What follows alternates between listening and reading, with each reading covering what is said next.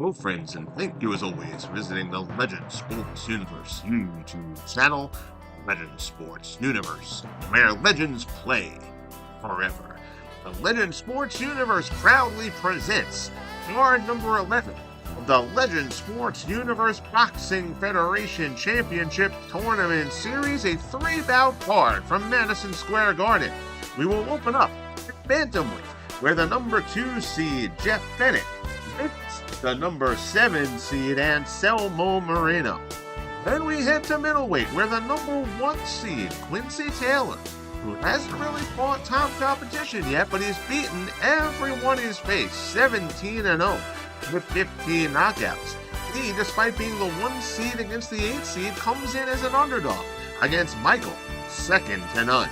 And then in the main event of the evening, venture to lightweight for what should be an exceptional contest, as the tough Tony Canzoneri, 19-2 with 10 knockouts, visits the Hand of Stone, Roberto Duran, the number 5 seed, 12-1, 11 knockouts. It should be a terrific main event, wrapping a very strong card.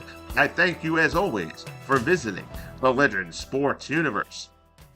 So with that, we will head behind the LSUBF fourth wall, a little bit of a preview of our first bout. Again, the bulk of the federation is conducted within Title Bout, the classic Trunzo Title Bout Championship boxing game.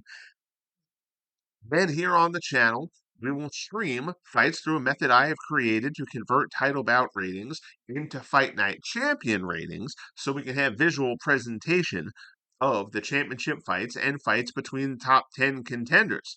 So you'll see here, Jeff Fenech is in the prime stage of his career. This is a career mode type of setup. He will face Anselmo Moreno, who is at pre-prime, and what that yields with Title Bout is Jeff Fenech at a 12 rating, which is an exceptional rating for Jeff Fenech. Anselmo Moreno is only rated a 4. So as such, in the 100 sim test bouts, Jeff Fenech dominated. He is an overwhelming favorite in this contest. Fenech, relentless pressure, power in both hands. He is a grinder with a heavy output and heavy fists. Moreno, a slick defense-focused fighter. He is going to have to stick and move and be on his game and not get into trouble against Fenech. So with that, we'll take a look. We'll check in here. The best win so far for both fighters. Fenech, an 8th round knockout of Mauricio Martinez. And for Anselmo Moreno, a 1st round knockout of Robert Burns, an unheralded fighter in this bantamweight division. As for the bio briefs for both men, Jeff Fenech was a relentless Australian pressure fighter who captured the IBF bantamweight title in April of 1985, winning it in just his 7th pro fight.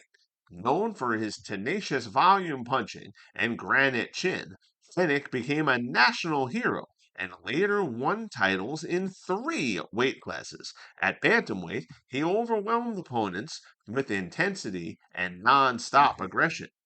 Anselmo Moreno is a slick Panamanian southpaw who won the WBA bantamweight title in May of 2008. He held the belt for nearly 7 years, using elusive movement, expert timing, and sharp counters to dominate opponents. Moreno was known for his ring IQ and defensive mastery, often making aggressive foes miss wildly. And with that, it's time to head up to ringside. Can Moreno live up to that bio brief description there and handle the power and aggression of Jeff Fenech? So we get ready for our first bout in the Bantamweight tournament. It took 11 cards to get here, but we finally get the Bantamweight bracket started off. Jeff Fenech and Anselmo Moreno. Fenech 19-1 with 18 knockouts. The Markville Mauler has been terrific to this point. Moreno 7-0-1, only 1 knockout. That lack of power could pose a problem for Moreno because Fenech is going to come right at him. This is a classic grinder versus ghost scenario. Fenech's going to aim to bulldoze his way inside, break Moreno's rhythm, tap his legs with body shots, trying to wear him down as the fight goes on. Moreno, on the other hand, is going to try to turn Fenech. He's going to try to slip his attacks, pot shot his way to a decision. The big question here is, can Fenech's sheer work rate break through Moreno's defensive show, or will Moreno frustrate and outthink him over the course of 10 rounds? Fenech is going to have to cut the ring off. He's going to have to work the body early. He's going to throw in volume, which is never really a problem for Fenech, and force the exchanges. Moreno is going to have to stay disciplined here. He's going to try to avoid getting stuck on the ropes, try to stay out of the corners, and try to pick Fenech off all the way through this bout with counters and angles. Fighters finishing their introductions, getting out to ring center. Referee has the fighters touch gloves, and we prepare to get underway here. The first bout of 3. Jeff Fenech and Anselmo Moreno at Bantamweight. Fighters meet at ring center. Moreno misses Fenech, lands quickly. Moreno tries to stick to the body. Both fighters throwing a good number of punches here right out of the gate. I do not expect that to stay the case for Moreno.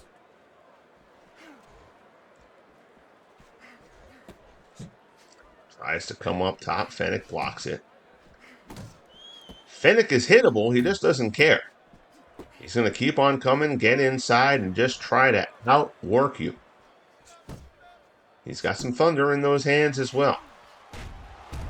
Good right hand from Moreno, but he eats a straight right from Fenech. After that, Fenech with a big winging right hand. Moreno slips that one. Another right hand for Fenech falls short. Does land the short left. Good shot to the body there from Fenech and a left.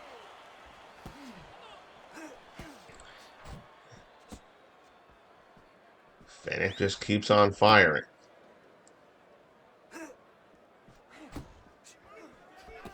You can already see that after that initial flurry, Moreno being a little bit more economical here.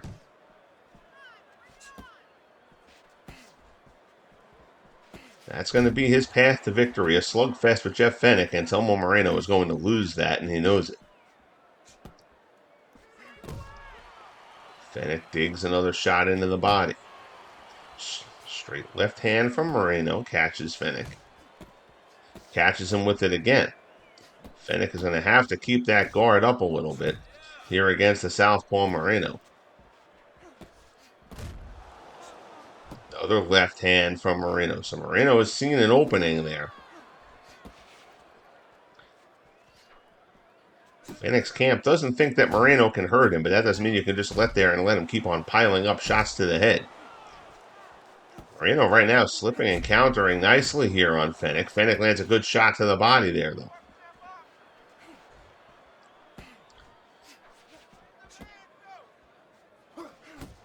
Solid opening round here for Anselmo Moreno. Fenech continues to pressure.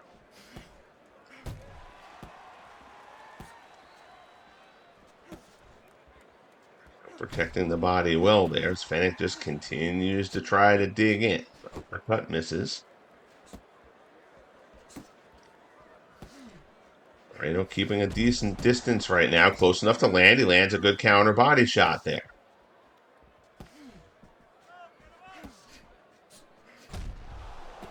Short right hand from Moreno. On the jab. So a good opening round there for Anselmo Moreno. Nothing that hurt Fenech, but just continued. He was strafing him with those straight lefts. Fenech is going to have to adapt to them. Again, fighting the southpaw sometimes can throw a fighter a little bit. Moreno landed 3 or 4 really good, clean, straight left hands during the course of that opening round. Occasionally you'll see a fighter, when he doesn't think the other fighter can hurt him, get a little careless with his defense. Round 2 underway. Moreno throws the first punch, takes a body shot from Fenech, blocks the next couple. Fenech digs a left into the body there.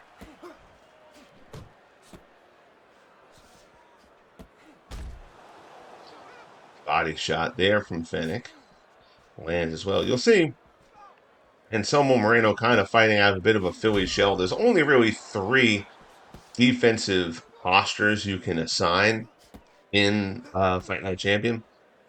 Standard, and then the cross-arm guard like Foreman and Norton and guys like that used, and then the Philly shell.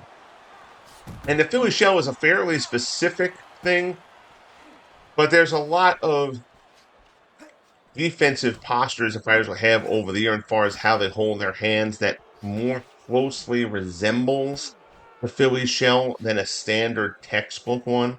So a guy like Moreno, the Philly shell is actually a closer fit to him than a standard textbook guard, even though he didn't really use a Philly shell. So we take a little bit of liberties with that just by limitations of what you can assign him.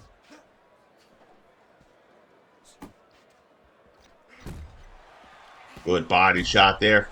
Moreno ends up on the ropes, doesn't want to be there. Comes off the ropes and lands a good shot against Fenech. Fenech wings an uppercut and misses. Moreno lands a body shot.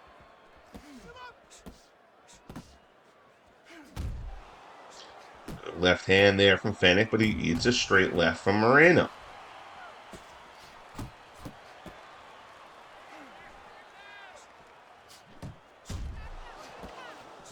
Body shot from Fenech lands. Trying to put that deposit in the bank. The thudding body shots under the ribs of Anselmo Moreno. Good body shot there from Fenech. That one caught him well. Moreno covers up a bit, backs up against the ropes. Fenech trying to dig some more into the body. Doesn't go upstairs.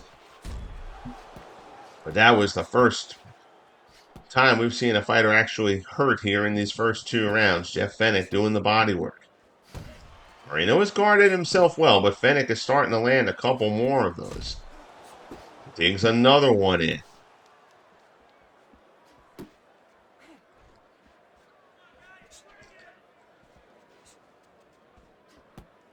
Moreno backs, he's in the corner. Lands a short left, though, from Fenech. Tries to tie him up. Fenech pushes him off, trying to keep him along the ropes there. Moreno spins away. Slides along to the opposite corner. Lands a short right, takes another body shot. Fenech winging those uppercuts, though, looking for a big shot, and Moreno hasn't let him land it. So a little bit better work from Fenech, felt like in that round 2, but Moreno's still doing an okay job.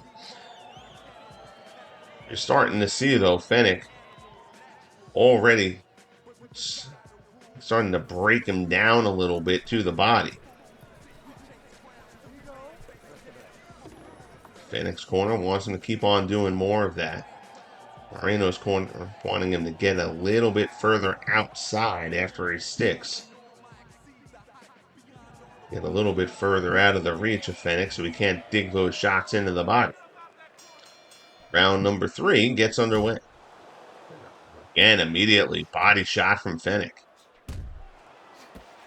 Left hand there, partially blocked, but got through. Body shot from Fenech lands as well. Right hand for Fenech over the top. He eats a straight left from Moreno. Last punch from Moreno. Left hand that landed, but kind of got him on the end of the punch. Not really a lot of thump behind that one.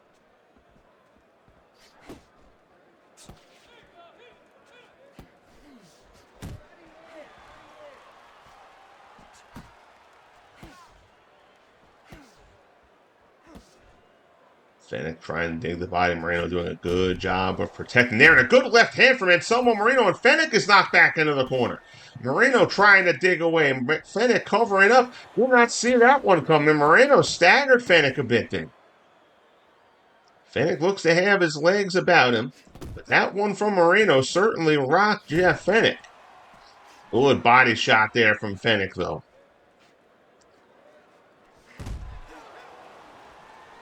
Perhaps that shot from Moreno may get Fenech to at least start focusing a little bit on defense.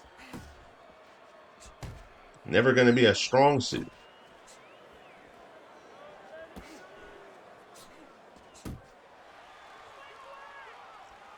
Ties Moreno up there. Pops off the jab. Again, that uppercut misses the mark. Short little jab there from Moreno lands. Fenech digs into the body.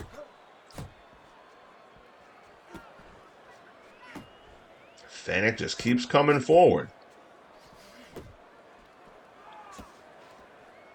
Moreno protecting the body well at the moment. Fenech trying to break through there. Moreno not letting it.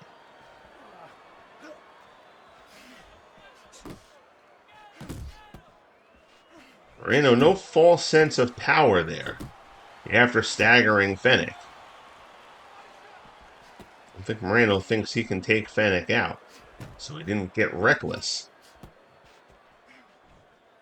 It is a wise course of action.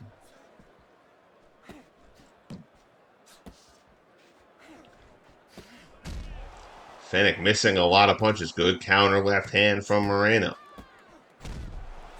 Good body shot there from Fenech. Straight right hand lands as well. Didn't quite catch him flush with the right.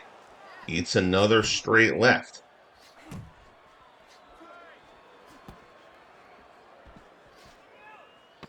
Moreno backs up. Final 10 seconds here of round number 3.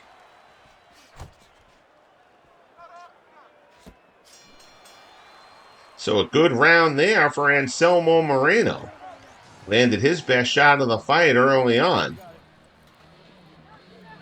Fenech's corner trying to get him back on track. And see a little bit of puffiness around the left eye, which is a little bit surprising because he's been eating the straight left hands above the right eye. But a little bit of puffiness around the left eye of Fenech. Moreno still looks solid. I have Moreno up 2-1 after 3 here. We'll see what our good friend Teddy Atlas has as we check in with Teddy ringside for the beginning of round number 4. And he's given all 3 rounds to Jeff Fenech. I respectfully disagree with that. I know Fenech is forcing the issue, but I think Anselmo Moreno has done a nice job to this point. Definitely think Fenech won round 2. I certainly think round 3 was a Moreno round. I felt like that about round number 1 as well.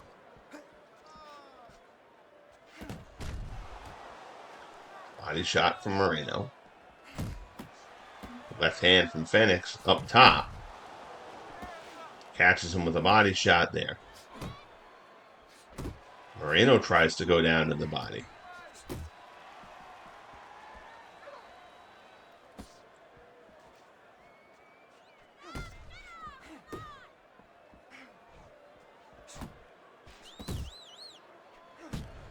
Fenech backs him into the corner, tries to dig in. Moreno covers up, not letting anything land. Lands a right hand, gets himself out of the corner.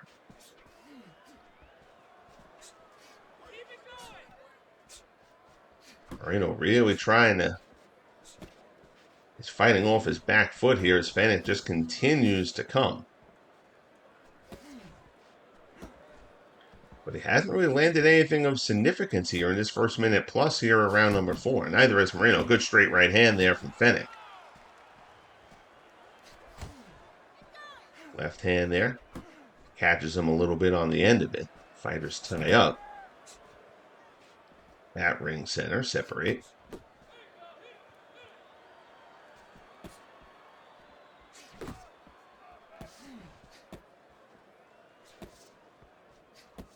Fenech still trying to find his way into a real barrage.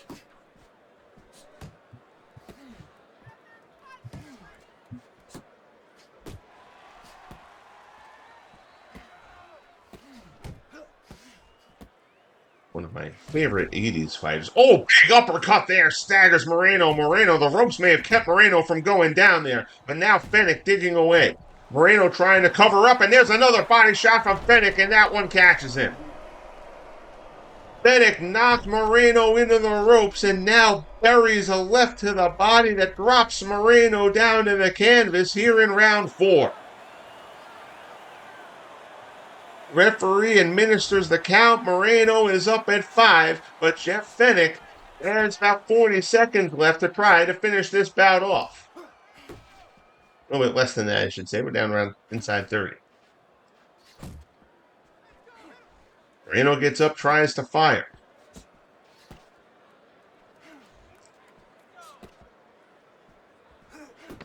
Fenech continues to stalk. Final 10 seconds, and Anselmo Moreno is going to make it out of the 4th round. But Jeff Fenech may have just taken control here. Good left hand, follows up with a straight left. And round number 4 comes to a close. And you can see Fenech knows he did the work there. In round number 4, Moreno tastes the canvas. So a 10-8 round for Jeff Fenech here in the 4th.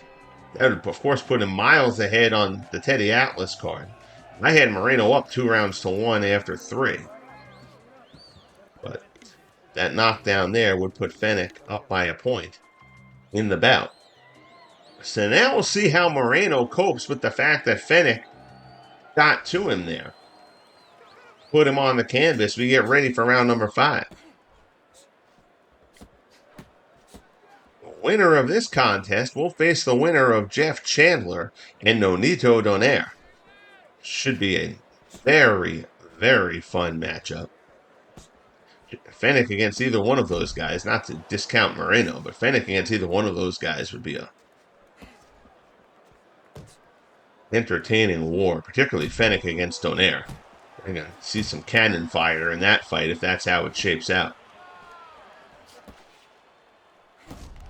Fenech has Moreno backed against corner, sticks another body shot. Moreno hurt in the corner. Fenech trying to dig his way in. Moreno trying to cover against it. Tries to spin his way out of the corner. Fenech tries to grab a hold of him and keep him pinned there. Moreno lands a bit of a body shot. Can't get away though. Now he spins it around, gets himself back out to ring center. But Fenech damaging work to the body.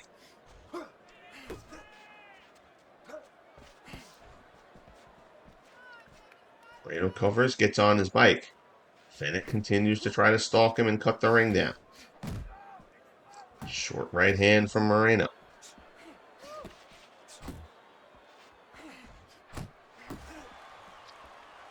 Straight left there from Moreno. He didn't really land many of those shots in the last round. And that straight left was there for him, particularly in round 1. Lands another one there. Fenech hits him to the body again, and Moreno backing up a little bit further each time Fenech lands those shots to the body.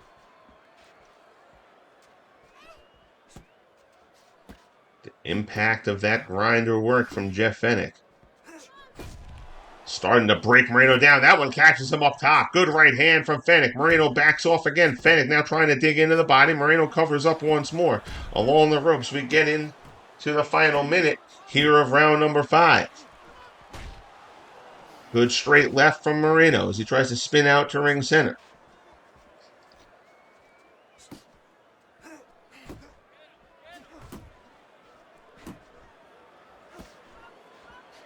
Fenech committed to that body work. Then Moreno covers, leaves himself a bit open, and Fenech tagged him up high. That's how the knockdown happened in round number 4. Fenech had worked downstairs. Moreno left himself open up top. Fenech knocked him into the ropes with a shot to the head and then finished him, putting him to the canvas with a body blow. Final 15 seconds here in round number 5.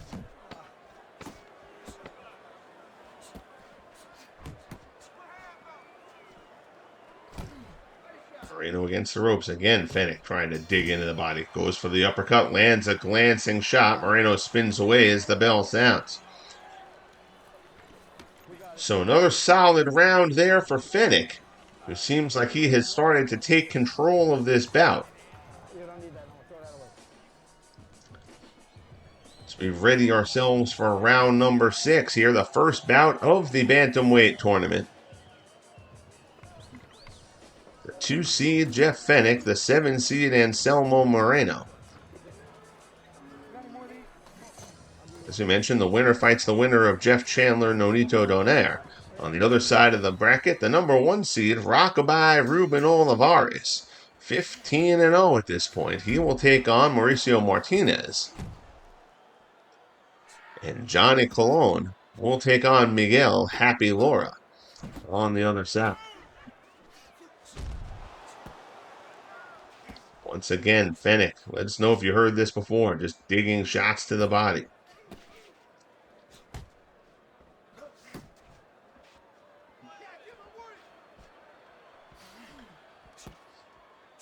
Classic bout you can find on YouTube. One of the worst decisions I ever saw, but two fighters who were among my favorites. Fenech and Azuma Nelson, their first bout. Featherweight was just a sensational fight. Fenech fought a near flawless fight, human styles of him and Azuma Nelson. And Fenech got robbed in that decision. And Fenech was never quite the same guy after that. That was supposed to be Fenech's really big coming out party. And he showed up for that and got jobbed.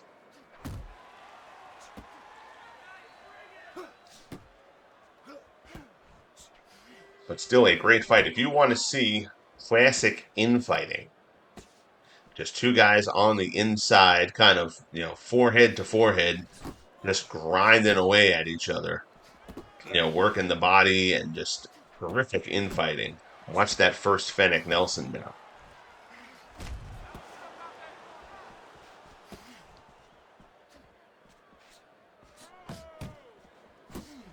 In at 15, left here in round number 6. Fenech has kept the pace up. He's kept Moreno on his heels there, just continuing to try to work downstairs. Good right hand there from Moreno. Moreno slipped one and then landed a right. That wasn't a jab, that was more a little bit of a cross. Straight left, Fenech slips that one nicely, misses a left hand of his own.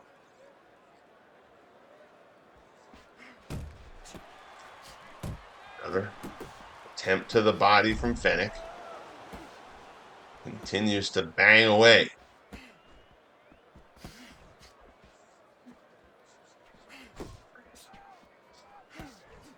Final 20 seconds of round 6.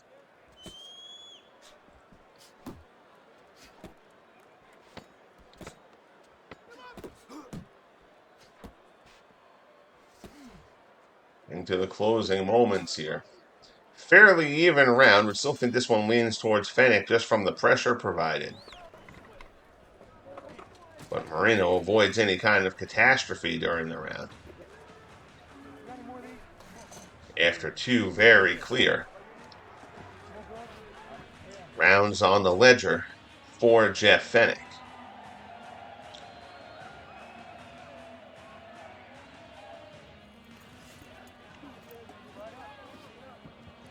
Bantamweight division, not a ton of bouts happened during the prelims. Moreno, it's very rare that a fighter with less than 10 bouts qualified for the tournament. Moreno, undefeated against 7-0-1. Made it in and was ranked as the 7 seed.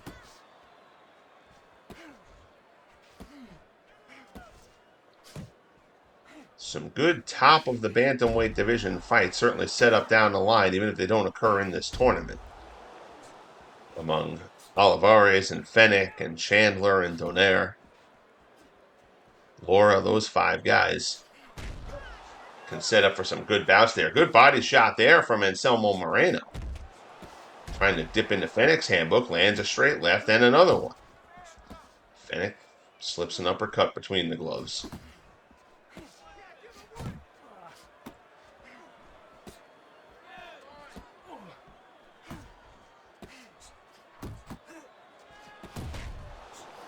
Body shot from Fenech lands. Counter right hand from Moreno over the top lands.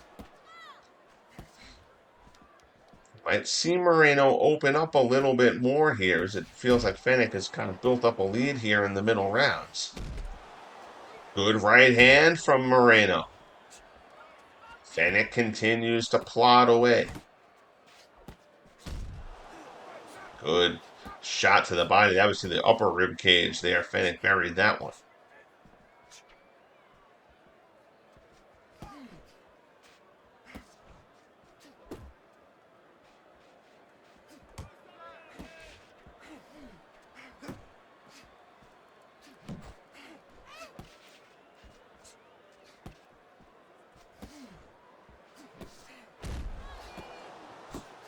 1 minute left here in the 7th. Moreno has certainly picked up the pace of how many punches he's throwing. And clearly sensing he's behind in the bout. Good body shot there from Fenech.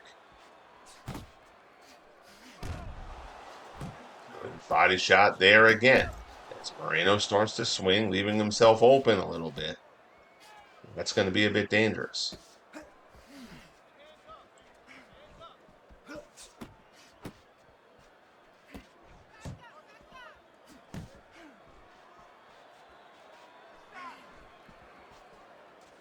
Looking for a big uppercut there. Again, he's looked for that shot a few times in the bout. He's landed a couple of them. Notably, setting up that 4th round knockdown.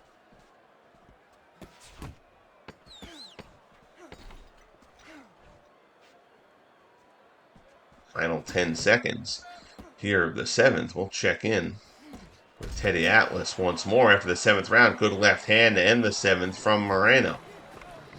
And you can see Fenech has been cut. Fenech's cut under that right eye, and he's got some swelling going around the left eye. So all of a sudden, Jeff Fenech looks as though he's been in a war here. Perhaps that is what got Moreno to start firing off a bit more. Again, it's a cut under the eye. Cut under the eye actually will pose less of a problem than the swelling around the left eye in Fenech. Cut under the eye. A bit unsightly, but it's not really going to impact vision at all unless the right eye starts to swell. So Teddy had Fenech taking the first 5 rounds. He's given the last 2 to Moreno. I agree with the round 7 one. Round 6 was kind of a toss-up round. I still had that one going Fenech's way.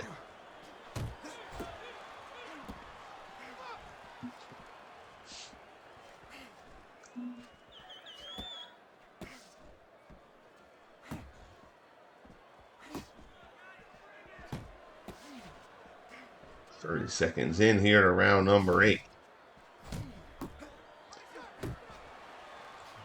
Right hand there lands from Moreno. Now it's Fenech in the corner. He doesn't much mind fighting out of the corner, though.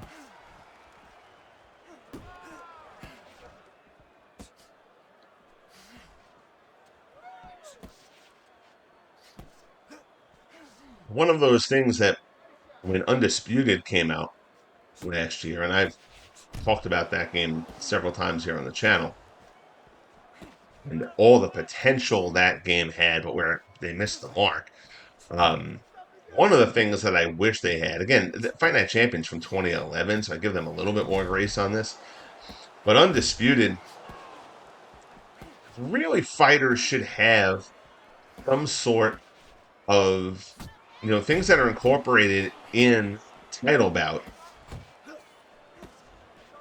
Something like Undisputed should have, fighters should be able to be rated for how they fight off the ropes and in the corner. And, that's a skill, guys who can fight in those situations. Also something like a killer instinct rating. But those things are really important to pinning down how a fighter performs. One of the things, here in Fight Night Champion, that it's not terrible, but that I still wish it did a little bit better, was when a heavy-handed fighter in particular daggers, rocks another fighter, he doesn't really go in for the real kill all the time. And I feel like there should be a rating to that respect. How much a guy would want to, because knockouts aren't always strictly about power, but there's also guys who are great finishers, where they know that once they get a guy hurt, they can do the damage to him. I mean, a guy like Tyson, obviously, but Tyson had the power too, as round 8 comes to a close. But like a guy like Sugar Ray Robinson, Robinson was not a thunderous puncher. People fall very much into the thing of, oh, a great fighter. Oh, he must have had really good power. Sometimes, your casual fans, and I don't even use casual like as a knock. It's just a reality. Like, oh, Sugar Ray Robinson had really good power. No, Robinson had super speed. He had solid power, but Robinson was an excellent finisher. And guys like that, if you're not going to have a killer instinct rating or something like that, you can kind of shortchange them on the knockout ability front. So round 9 opens up here. Body shot there from Fenech. Let me know if you've heard that before. Anselmo Moreno fighting from behind here. One would have to imagine. It's not been a terrible showing by any means from Moreno. But Fenech weathered a little bit of kind of a slow to get going in this bout. But since that knockdown in round 4, even if Fenech has lost a round, maybe 2, Fenech has seemed comfortable.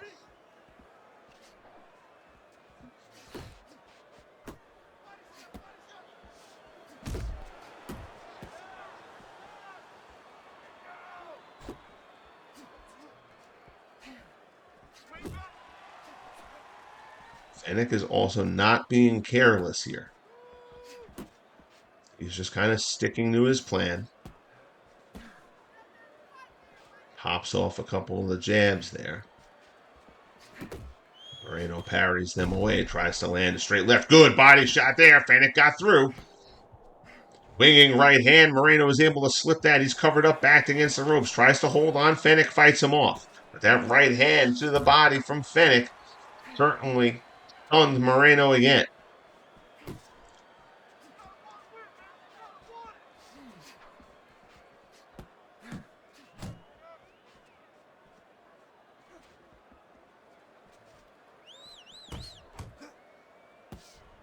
Fenech lands another shot to the body. Referee continues to get in the way of the camera.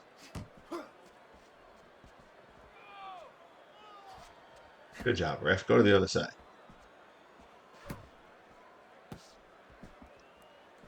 We're a single camera outfit here, the LSUBF. We don't have the big budget.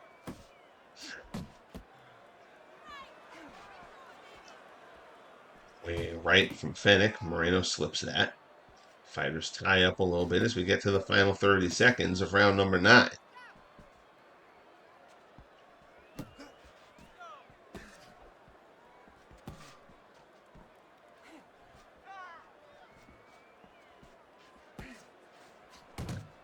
Fenech backs him. Moreno lands his little short right hand. Straight left. Fenech got the glove up. I was partially blocked that one. As round 9 sets to come to a close.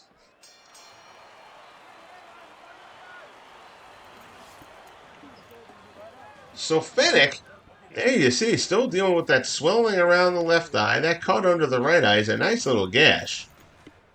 Doesn't seem like there's much swelling around the right eye, though. So Fenech looking worse for wear.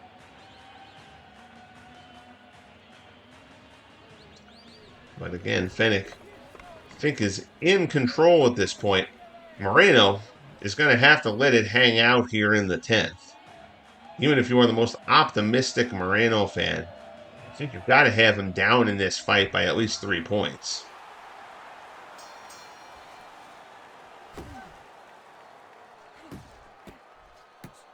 Fenech surely would love to end this in a knockout, but he will be happy to take the victory and await the winner of Jeff Chandler and Nonito Donar in the semifinals.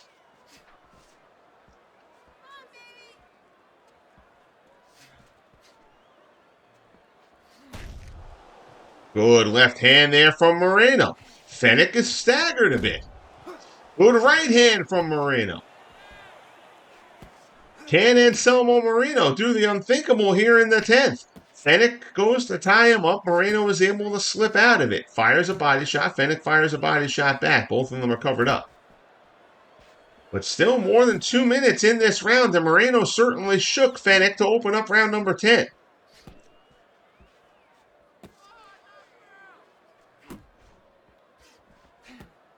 Fenech normally, if shaken, is going to come back and start firing back at you. He's gone a little bit passive, which honestly is the wise tactic here in the 10th. Fenech doing a good job staying within himself there, rather than leaving himself exposed in a round that Moreno needs a knockout in. Good body shot there from Fenech, perhaps stemming the tide a bit.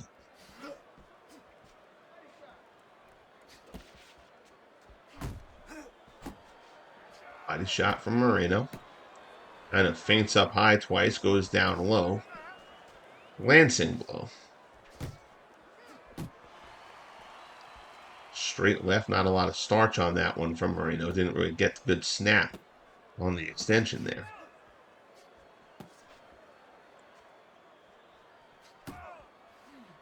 Pops home a jab.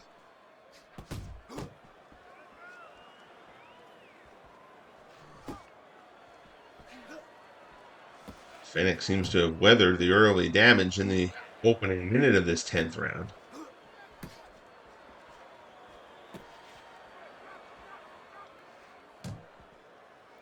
Goes to the body. Short left from Moreno. Coming up on the final 30 seconds of the bout.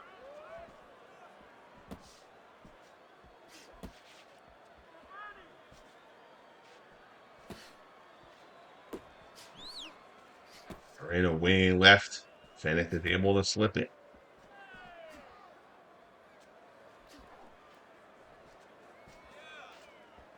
Impressed by Fenech not getting sucked into the 10th round brawl after Moreno hurt him early.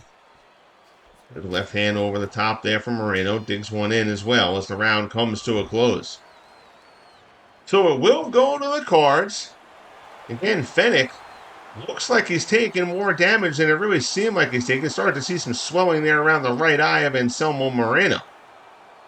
The decision is in, and Jeff Fenech will move on to the semifinals of the Bantamweight tournament here in the LSUBF.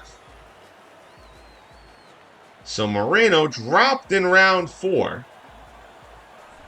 Ceded the middle rounds, I think, without much question to Fenech. Although there you see, well, the Atlas scorecard, it kind of seems like everybody's, I'll tell you, man, the judges in lockstep in those first 3 rounds, giving Fenech all 3 of the first 3. I had Moreno up 2-1 after 3.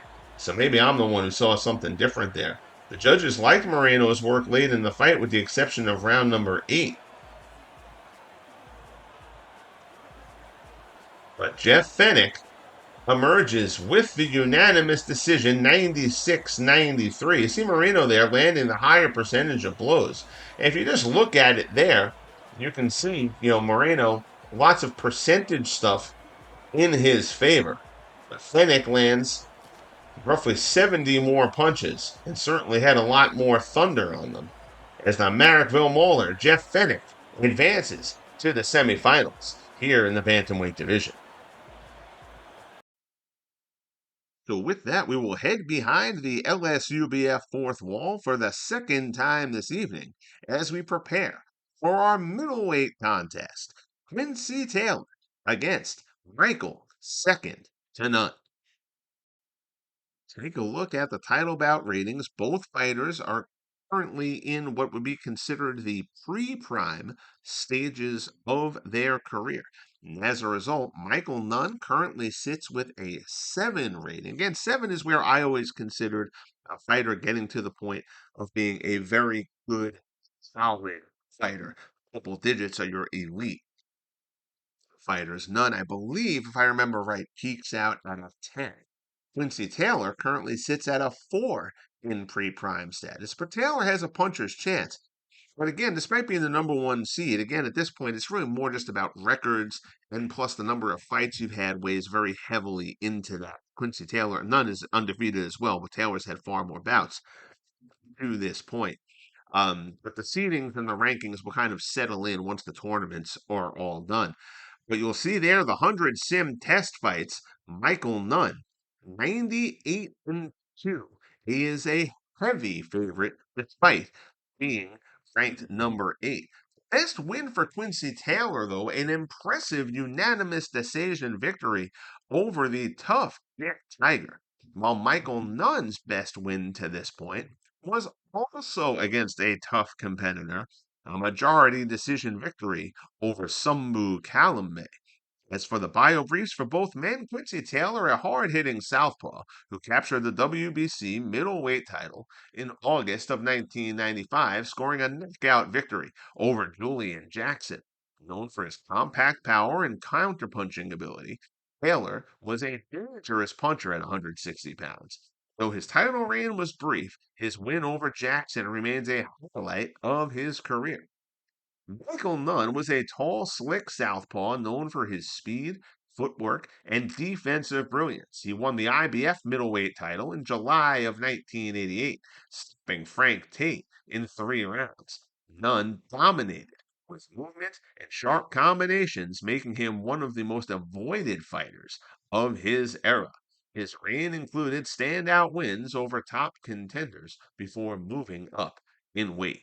With that, we head to ringside here at MSG, out 2 of 3, Quincy Taylor and Michael Nunn. So we return to ringside for the second bout on our 3-bout card. We head to middleweight.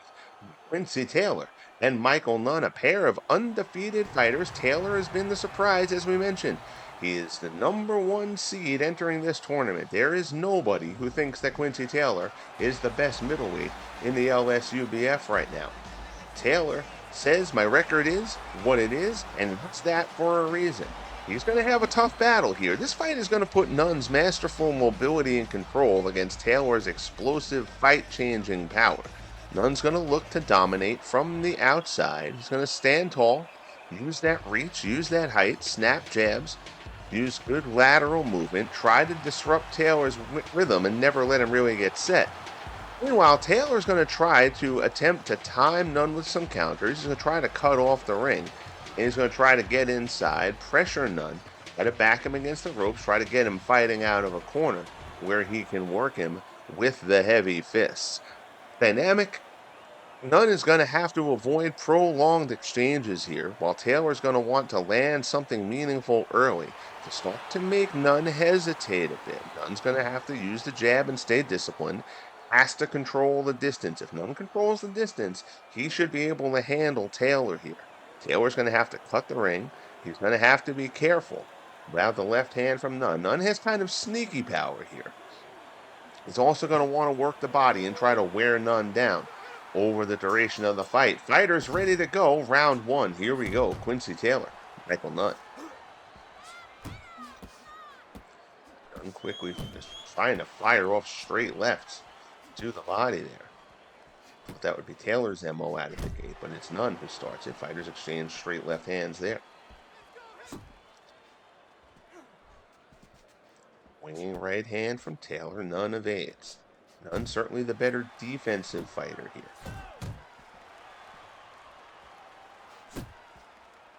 A pair of southpaws going at it.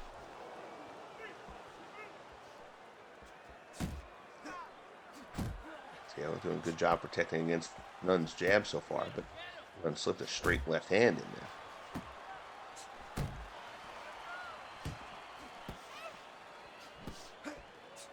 Nunn really trying to go to the body a lot here early on. Not usually his MO.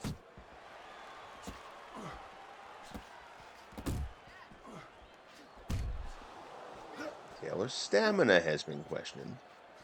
Remember, he's 17-0. He's got 15 knockouts.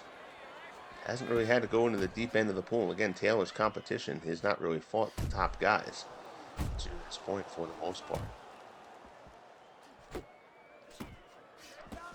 That will change for the winner of this contest, as the winner of this bout faces the winner of what should be an absolute gem of a bout in Eddie Golovkin and Carlos Monzon.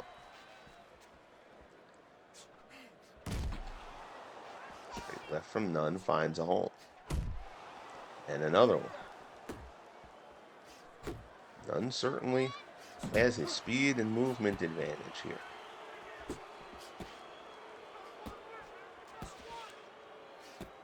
Feels himself touch the ropes, gets off of them, and now kind of slides his way back. This is where Taylor really should be trying to bull Nunn into the corner there.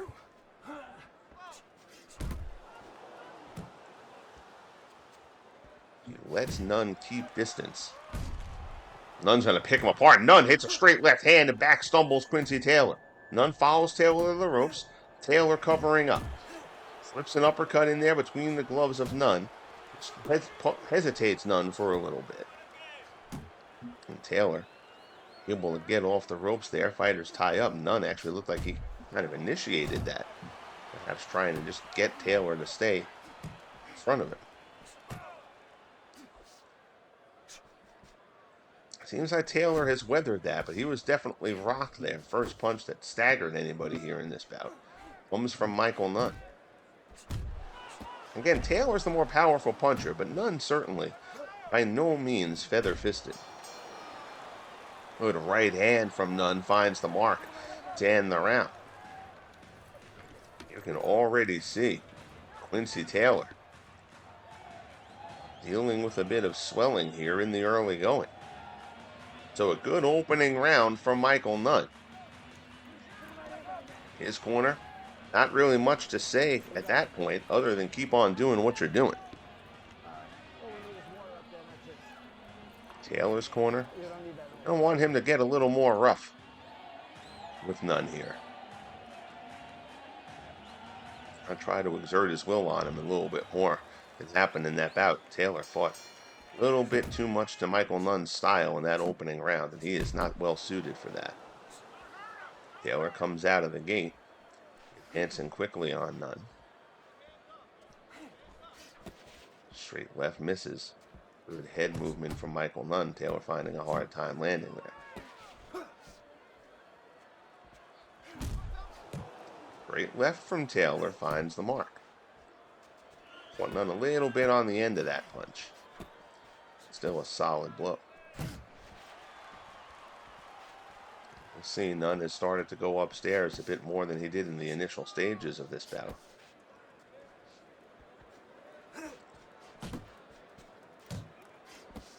Taylor trying to come in low, get inside. And Nunn, the taller, rangier fighter here.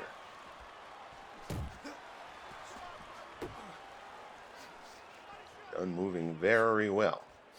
Taylor just kind of plodding at him, stalking at him. But he's not doing so with much aggression at this point. He's just kind of trying to walk Nunn down, and it kind of feels like Taylor is going to have to be a little bit more intent on pressuring and getting inside. If he tries to fight Nunn at the distance he's been fighting him here, Nunn is going to pick him apart for the duration of this bout. Nunn's backed into the corner. This is where Taylor has to do his work. He doesn't really do much there. Nunn slides along the ropes, gets himself back out to ring center. Leading right hand there from Taylor, misses the mark. He does land a good straight left, though.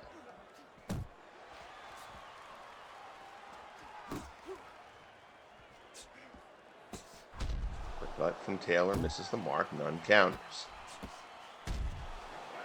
Body shot from Nunn. Gets that one under the right elbow there, tucked from Quincy Taylor, but Nunn was able to dig it underneath.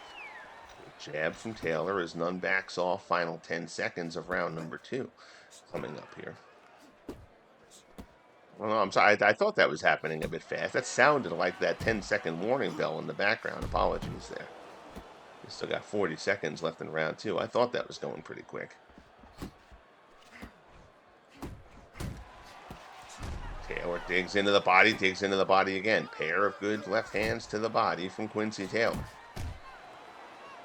Eats a short right from Nunn. Didn't quite catch him flush. Good right hand from Taylor. He eats a left from Nunn again. Fighters exchanging well here late in round number 2. Now Taylor is kind of coming a little bit more at him, a little bit more aggressively trying to close in on Nunn. Nunn's still trying to keep that distance. That's going to be his mark throughout the fight. Right hand from Taylor misses. It gets a piece of that uppercut as round 2 comes to a close. So a fairly even second round. You could probably score that round either way. Still inclined to think that that was probably a Michael Nunn round, but you could certainly make a case for Taylor taking that second round. Taylor's corner a bit happier with his work there in round number 2. They want to see more of the same. They want to see more of that, stalking again. You can plod and try to walk down a fighter, and you can stalk a fighter. Stalking a fighter, in my mind, is something that's a little bit more aggressive, a little bit faster pace, a little bit more of a high pressure than just kind of plodding around the ring at a guy. I think Taylor in that first round was more plodding towards Taylor. Second round, he's just a little bit more stalking. But here again, he's got Nunn against the ropes there, and Taylor just doesn't fire off enough punches. If he gets Nunn into close quarters, Quincy Taylor is going to have to do damage in those situations in order to win this contest.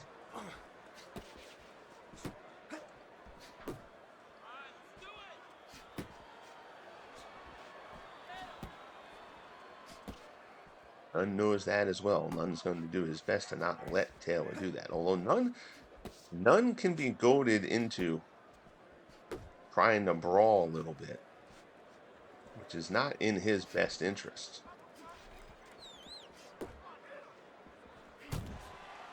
Good body shot there from Nunn.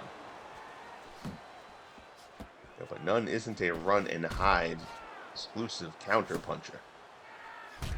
He's willing to mix it up with you. Lands a good short right there again to Taylor.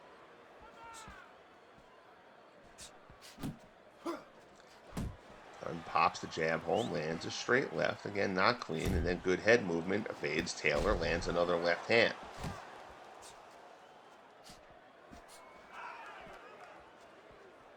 Michael Nunn is moving very easily here in the early going of this fight. It is certainly taking a Michael Nunn pace. Good short left from Nunn. Fighters exchange right hands there. Firing the jabs home. Left hand from Taylor. That caught Nunn. Not completely flush, but a good left hand over the top from Quincy Taylor.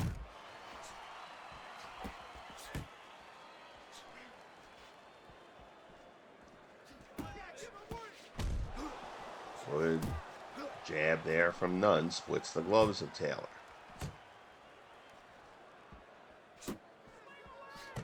Again, Nunn has a distinct speed advantage here over Taylor. Taylor caught Nunn coming in with a body shot there.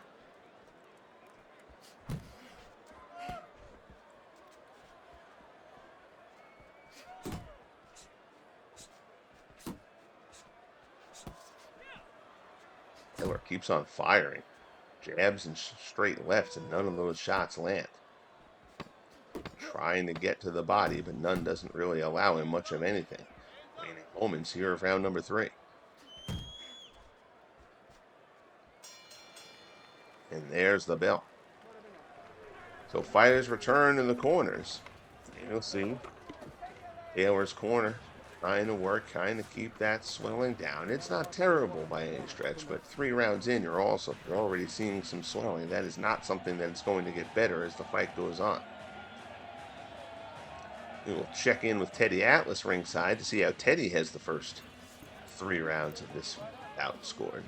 I have Nunn up 3-0, but you could have given that second round to Quincy Taylor, I think. We'll see what Teddy has as we start round 4. And Teddy agrees with me. Teddy's got Michael Nunn up 3 rounds to Nunn.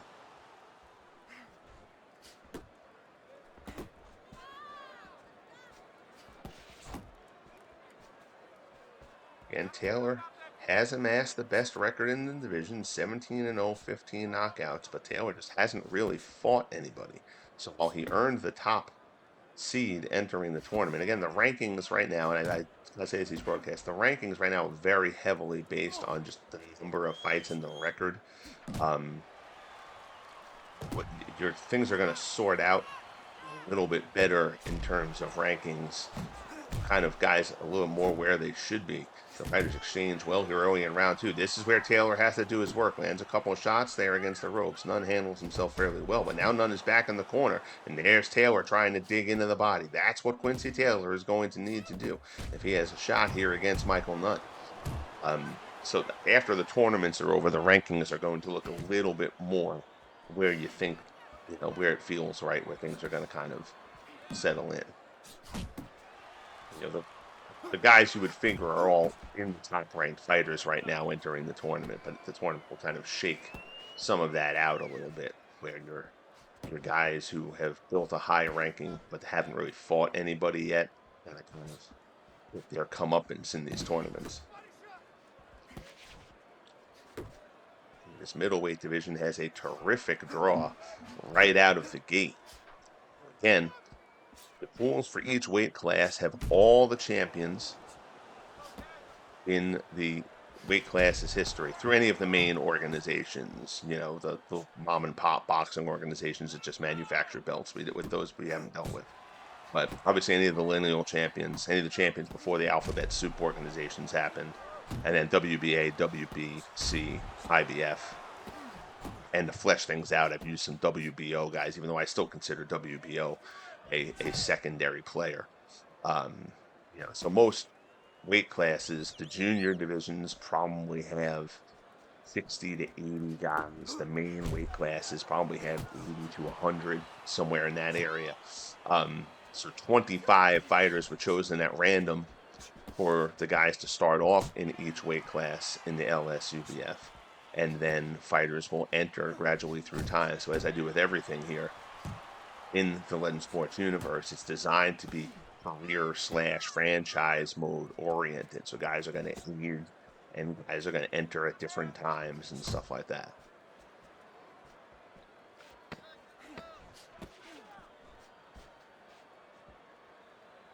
Good action here in round 4. Taylor has been able to make it a little bit more his style in this 4th round. And that was a pretty good round for Quincy Taylor.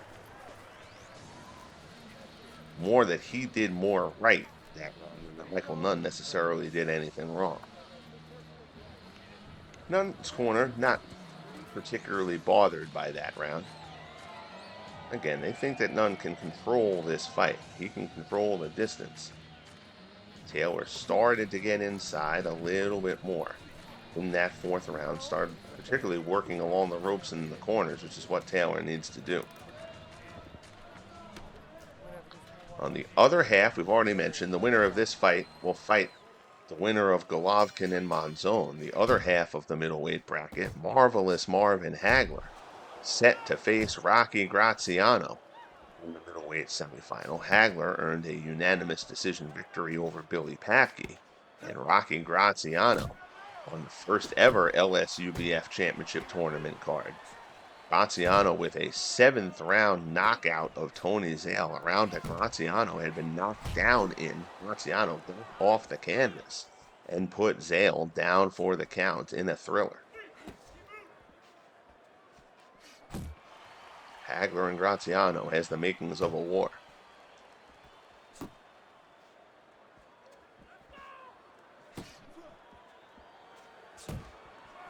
Taylor trying to work the body, doing a little bit better job of getting inside. Nunn defending himself well. Good straight left hand there from Taylor after a couple of shots from Nunn. Uppercut from Nunn. Taylor blocked that shot, though.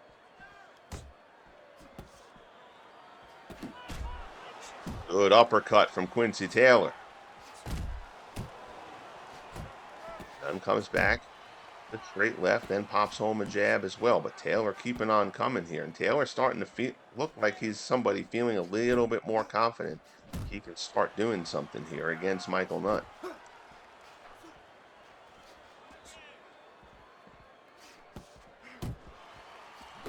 Short right hand from Taylor. Nunn backs against the ropes, bounces off. Knows he doesn't want to be there.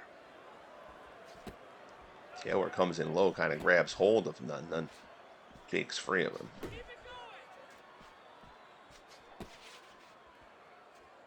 One of the inexcusable things that happened with Undisputed was they mangled clinching so badly they had to take clinching out of the game.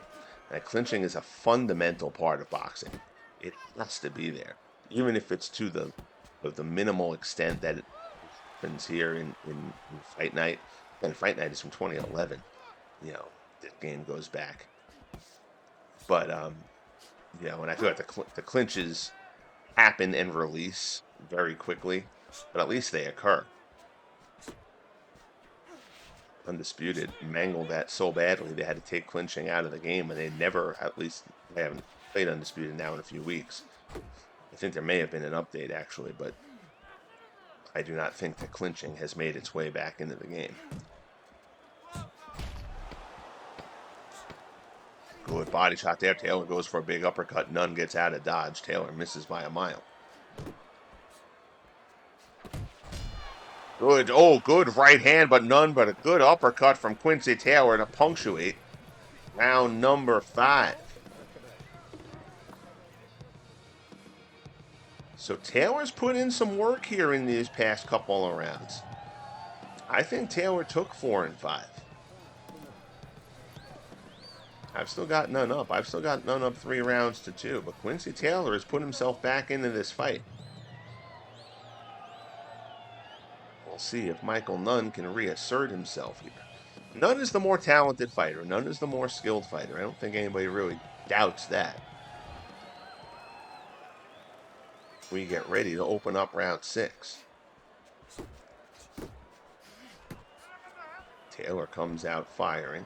Nunn tries to go for a couple shots to the body. Nothing meaningful lands from either fighter there. Good shot from Taylor. Nunn's shot falls short, despite the reach advantage. Again, Quincy Taylor feels like he's building a little bit of confidence here. He's got Nunn in the corner. Catches him with a short right hand. Nunn's corner yelling for him to get out of there. Taylor trying to dig in. Again, and there's a good body shot to the, obviously to the body from Quincy Taylor. That was a redundancy. Now Nunn gets himself away. But now he's kind of backing over to the other ropes. Nunn has to keep himself ring center here. Don't do Taylor any favors. Speed-wise, Taylor cannot keep up with Michael Nunn. First few rounds, Nunn kept the distance. Taylor is starting to infiltrate that a bit. Good body shot from Quincy Taylor. Taylor lands a good shot to Nunn. Nunn grabs a hold. Taylor's able to fight him off. Nunn grabs a hold again. Michael Nunn definitely shaken by that shot to the body from Quincy Taylor. Still a minute and a half left in round number 6. And now Nunn is back in the corner again. Nunn's corner not happy. Another good body shot lands from Quincy Taylor. Nunn missing, and Taylor is doing a good job of evading punches. Again, Nunn fires a couple of straight lefts, misses. Taylor catches him with a short left. Tries to dig one into the body.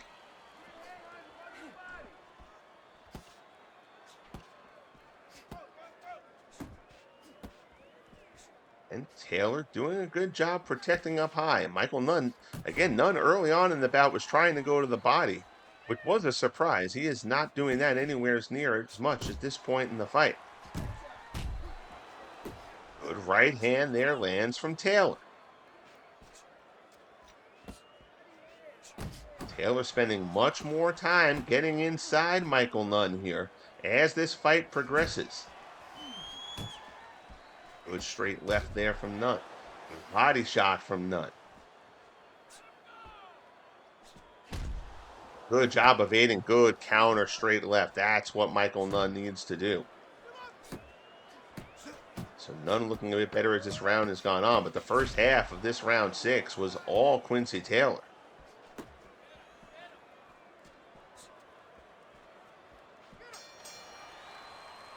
So another strong round for Taylor, and suddenly Michael Nunn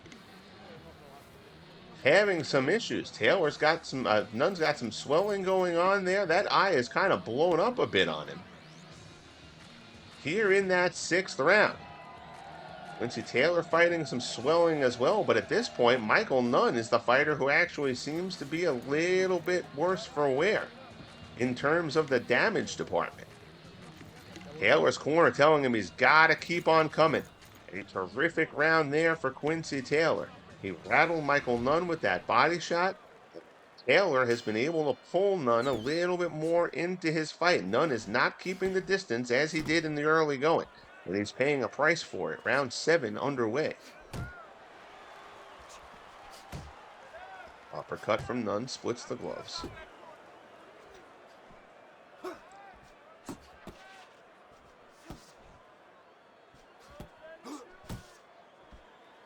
Both fighters blocking at this point here in the early going of round number 7. Straight left from Taylor finds the mark after Nunn fell short with a couple.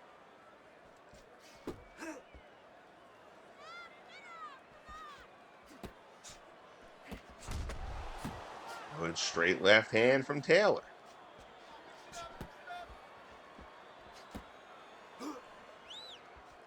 This is the thing. We talked about this earlier where Nunn knows. He knows his skill set. He knows his ability. He knows that staying at range, pumping jabs, being evasive, keeping the distance is the best path for him. Sometimes he wants to stand in there and bang a little bit more than serves him well.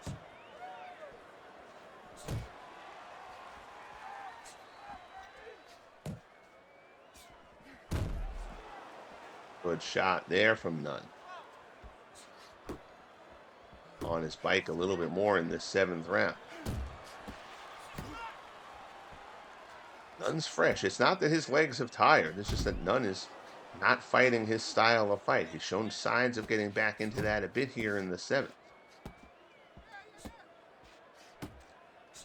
But it also kind of becomes a situation where as a fighter and a mentality, if you feel like you haven't had a couple of good rounds, now you start to worry and now you feel like you have to do more in the context of throwing and aggressiveness instead of just fighting the best way for you to actually win rounds. So it's a semi-catch-22 situation there a little bit. Kind of plays the mental game, and you have to have the discipline to just stick to the plan that is the best suited for you.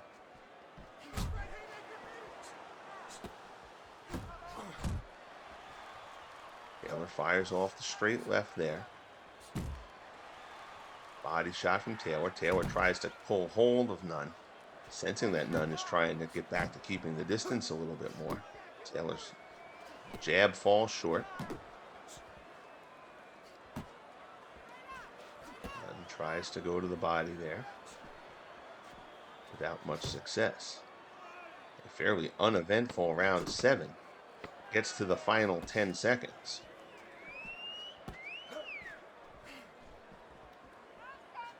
Taylor has not really landed much clean in this 7th round. I would lean that round towards Michael Nunn, but certainly by no means a standout performance in that 7th for Nunn. So we will check back in with Teddy Atlas again before the final 3 rounds of this fight. I have Nunn up 4-3. We will see if Teddy is in agreement. Neither of our cards, at the end of the day, really mean a damn thing. But it gives us something to talk about.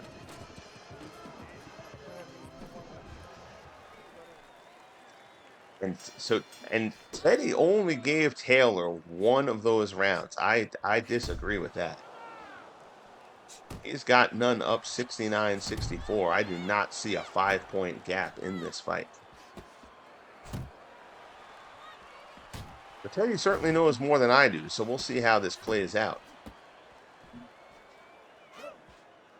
Round 8 underway here.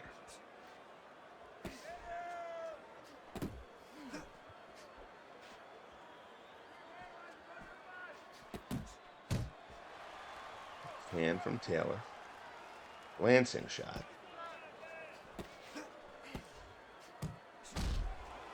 Good left hand up top from Taylor. Nunn not throwing much at the moment. Backpedals, Taylor comes after him.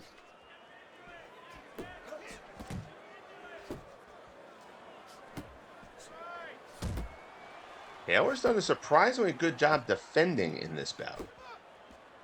Quincy Taylor, not considered a strong defensive fighter. Not terrible by any stretch, but not really considered a strong defensive fighter. He's done a good job here against Nunn. To this point, he's blocking a lot of Nunn shots. Good straight left from Taylor and a good body shot from Taylor. Again, Taylor's not landing a huge percentage. He lands that one, though, and rocks Nunn. Nunn stumbles backwards. Taylor fires, winging left hand. Catches him on the kind of side of the chin there as Nunn was backing away. He didn't catch him on the point. Didn't catch him clean. But Taylor has rocked Michael Nunn. He's still got more than a minute left here in this 8th round. Nunn lands a good jab.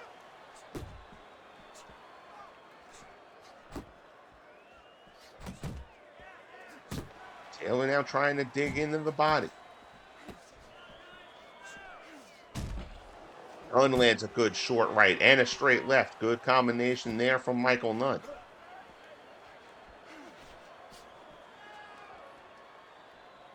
Flips that big left hand from Taylor. Nunn sticks one to the body. Good counter again from Nunn.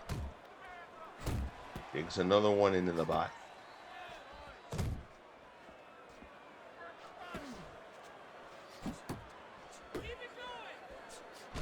Now we're trying to dig in. Taylor looking a little bit gassed at the moment. Again, he's got a speed disadvantage here to Nunn, but Taylor looks like he has slowed down considerably in the waning moments of round number 8. Big left hand misses by a mile. Fighters tie up to end up the 8th round. So Nunn's corner trying to keep that swelling from getting any worse. Taylor's corner has done a really nice job limiting. Taylor was showing swelling 3 rounds into this fight, but his corner has kept that from getting any worse. Still certainly present. So we head into the final 2 rounds of this fight. I have it an even fight right now, which is a far cry from Teddy Atlas's scorecard. We'll see if either one of us are correct. Round 9 sees the fighters come out to ring center. Nunn lands one right off the bat. Nunn's corner was not gentle with him. Entering round number 9. Nunn has strafed him with 3 straight left hands here in the opening 20 seconds.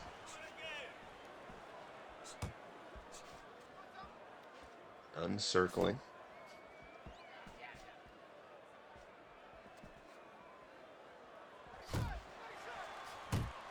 Sticks the body. Jab there, splits the gloves, misses a right hand from Taylor. Another big left from Taylor misses the mark. Nunn slips that one as well.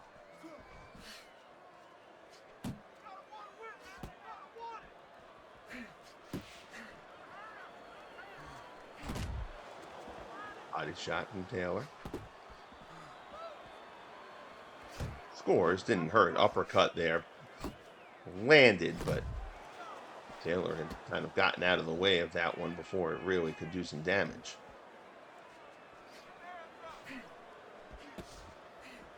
Taylor has landed nothing of significance, though, in this 9th round. This is the best that Nunn has looked in several rounds. Straight left from Taylor lands. And a little bit on the end of that punch there. That one falls short.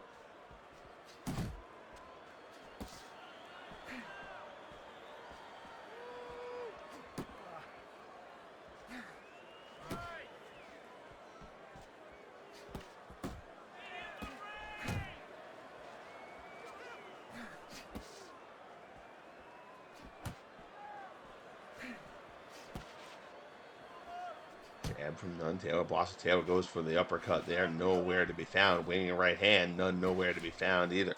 Nunn's defense Returning to form here in the 9th round, and Michael Nunn needed a round like this. And Taylor just not being able to find the mark at all here in round number 9. 40 seconds left in the round. Body shot from Nunn. Up against the jab from Taylor.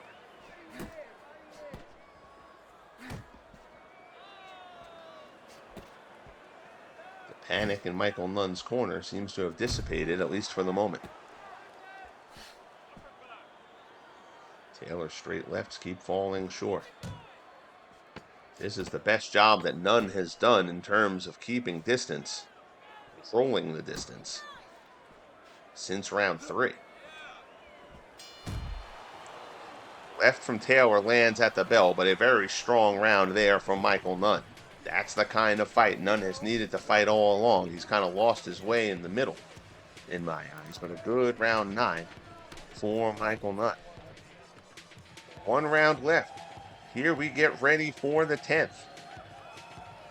Quincy Taylor started slow. At least in my eyes, was solid in the middle of this fight. Now he's going to look. Steal one here from Michael Nunn. We get ready for round number 10. Here in this quarterfinal matchup in the middleweight bracket. Taylor and Nunn meet at ring center, and away we go. Taylor, and missing to open up the round. Good evasiveness from Nunn.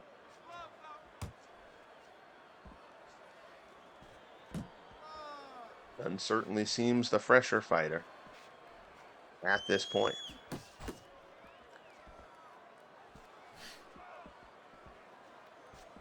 Again, Nunn on his toes, bouncing around, moving much better than he was during the middle rounds.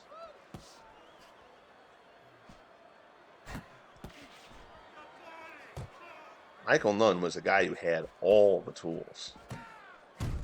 He had some vices. Good straight left hand from Nunn. Taylor stumbles backwards. Nunn tries to dig into the body. Taylor covering. Short right hand from Nunn.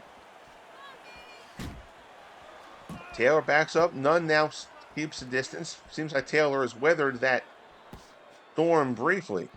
But a good sequence there from Nunn. You can see Taylor actually still looks like he's not quite right.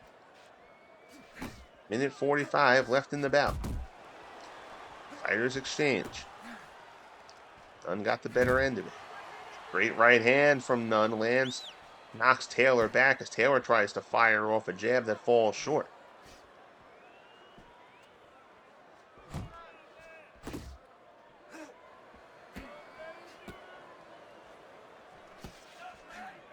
.90 seconds left in the bout. A little bit less than that.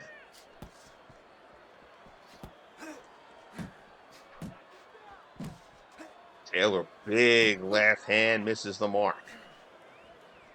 And Taylor just not landing anything of significance to this point in round number 10. Uppercut, misses the mark again. Nunn slips that, slips the right hand as well. And that Nunn is the fresher fighter, and faster fighter anyway. Certainly seems to be showing up in the final 2 rounds.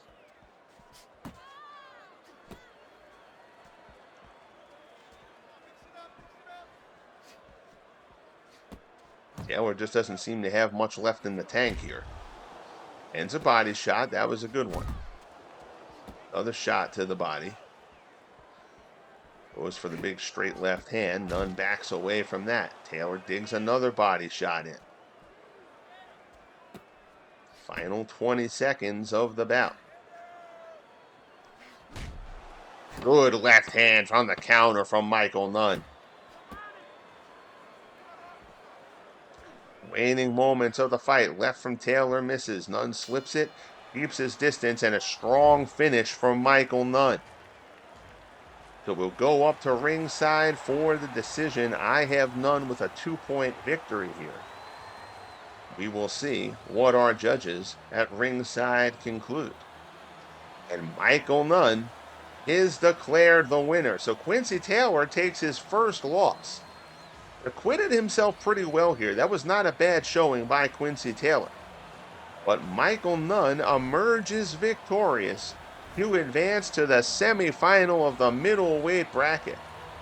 98-92, 96-94, 98-92. I'm sorry, 98-93, 98-94, 98-92. Oh, that middle judge gave a couple of 10-10 rounds. And they're interesting. I had 96-94. So in the end, they get it right. And again, but that's like giving Taylor an even round in that 10th round. That's some questionable judging. That was a clear Michael Nunn round. You'll see Nunn, a 10-point advantage in terms of percentage of punches landed. He landed 60 more blows than Taylor in the course of the fight. So Nunn kind of lost his way in the middle of this one. He recovers late and had a strong start. And Michael Nunn advances to the middleweight semifinal in the LSUBF Championship Tournament. So for the final time tonight, we will venture behind the LSUBF fourth wall as we take a look at the main event at lightweight. Tony Canzoneri in the hands of stone, Roberto Duran. Thing we'll notice here as we look at the title bout setup coming in, Tony Canzoneri has reached the prime stage of his career. So he is at his full power rating, which is a 12, which is exceptional, which tells you something about Roberto Duran, who despite still being in the pre-prime stage of his career, is already rated a 10. That is very, very rare. What's also rare as we look at the 100 sim test bouts, 18 draws between the two fighters in the 100 bouts. So this figures to be a very hotly contested contest, although Canzoneri wins 57, Duran only wins 25. I think that Duran is going to put up a tougher contest than that. Again, that's a little bit tighter than it appears at first glance, the 57-25, just because of those 18 draws. But I think we're going to have, even with the difference in stages, I think we're going to have a very good competitive fight here.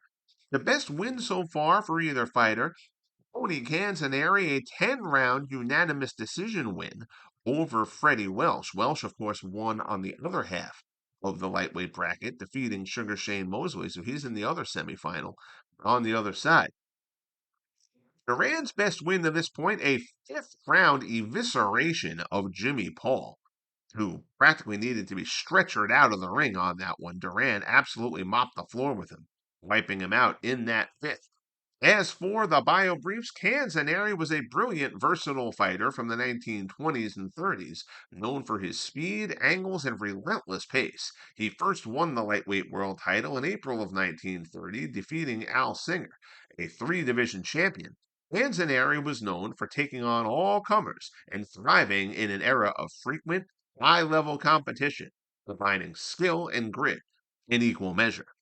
As for Roberto Duran, although Duran doesn't really need much of an introduction, he's one of the greatest lightweights in history. Captured the WBA lightweight title in June of 1972, stopping Ken Buchanan. Known as the Hands of Stone, Duran ruled the division with ferocity, defensive slickness, and ruthless body punching. His reign at 135 was dominant, blending raw power with masterful ring generalship and unmatched intensity. Let's get to ringside for our main event. So that brings us to the main event of the evening, and I've been looking forward to this one. The lightweight matchup between Tony Canzoneri and Roberto Duran. Canzoneri 19-2, 10 knockouts. Duran 12-1, 11 knockouts. This is a fascinating style matchup.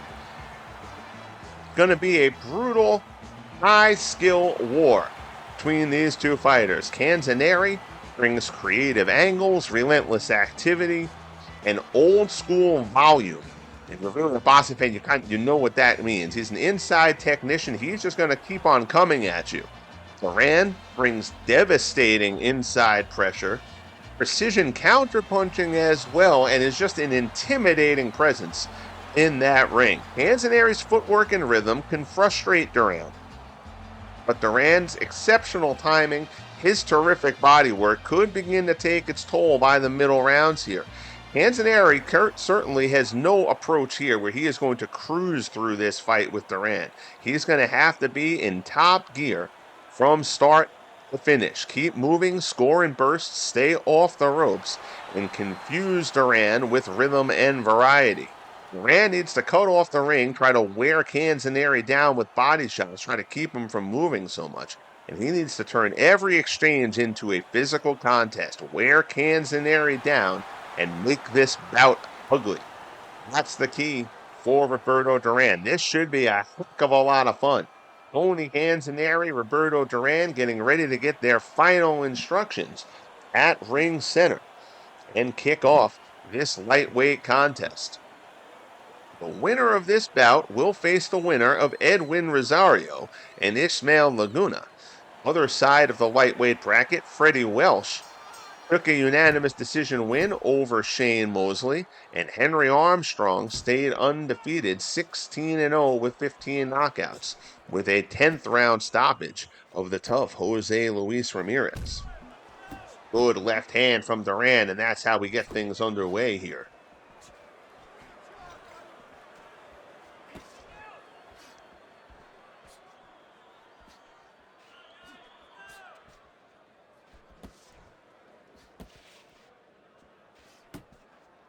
Canzoneri keeping distance right now. He's not going to do that throughout the fight. Canzoneri, a busy fighter, but Canzoneri, really, he's technically sound on the inside. The problem for Canzoneri is the inside is not really where you want to be against Roberto Duran.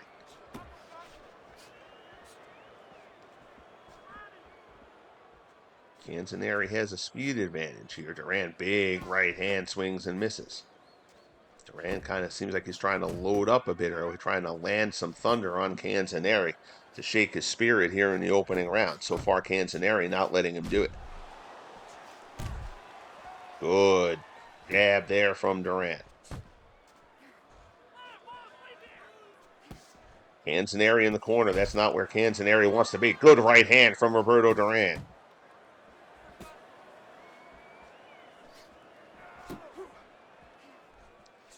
Uppercut from Duran misses the mark. Canzoneri slips it, lands a body shot inside.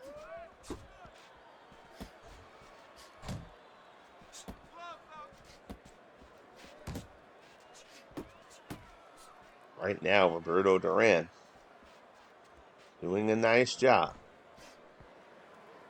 He's landed the harder punches in this opening round. He's not getting reckless, but is trying to land big shots. Good body shot there from Duran. Canzoneri gets trapped in the corner. Canzoneri with a good body shot. He tries to punch his way out. Good short left hand from Canzoneri as well. Duran backs up. Canzoneri tries to get himself out of the corner. Finally does. Out to center ring. So Duran trapped Canzoneri there, but a good job by Canzoneri to get himself out of trouble. Good straight right hand from Duran.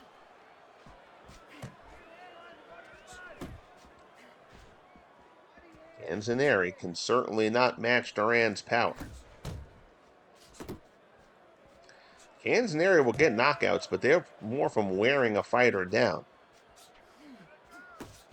Just with volume and accuracy, and getting stoppages or just wearing a fighter to the point of exhaustion late in the bout.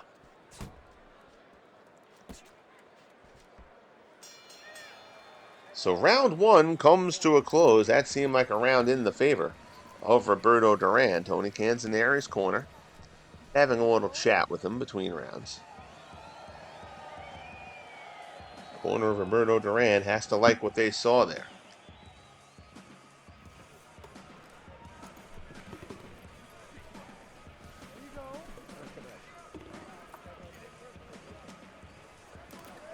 That's an EA model of Roberto Duran, by the way.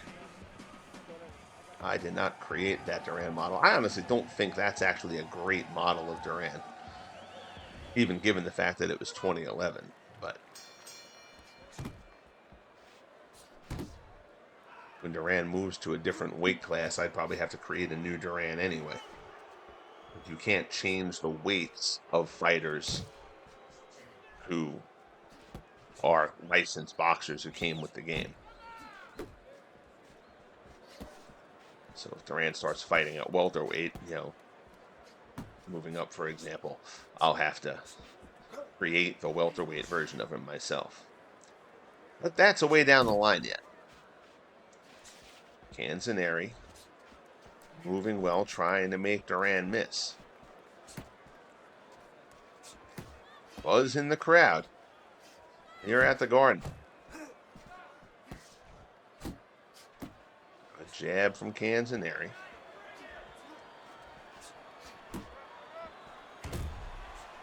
Body shot from Duran. Canzoneri again is in the corner. That is not where Tony Canzoneri wants to fight this fight out of.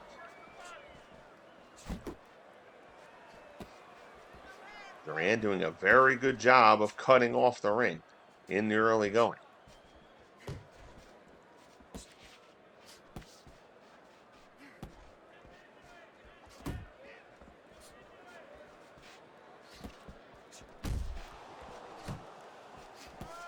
Uppercut from Duran misses.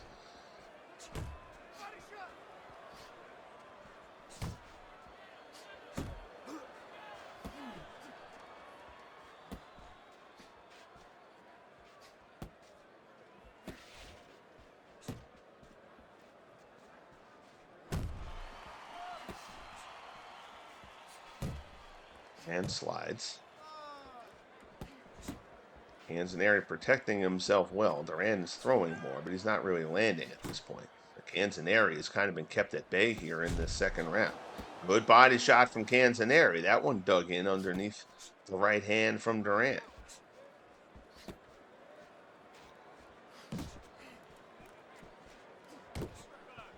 Once again, Canzoneri finds himself in a corner.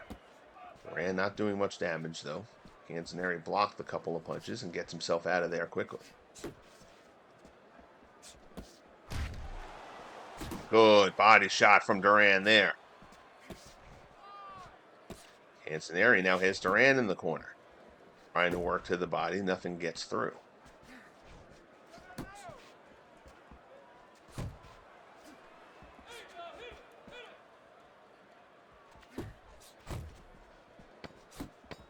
Exchange body shots, neither of much impact. They tie up here in the final 10 seconds of round number 2. Short little shot there from Canzoneri landed. As round 2 comes to a close, fighters have a little bit of a stare down there at the end of the round. That was a fairly even second round. I would still be inclined to lean towards Duran, though. He didn't land a ton of stuff. It didn't really seem like Canzoneri landed much of significance during the course of that round.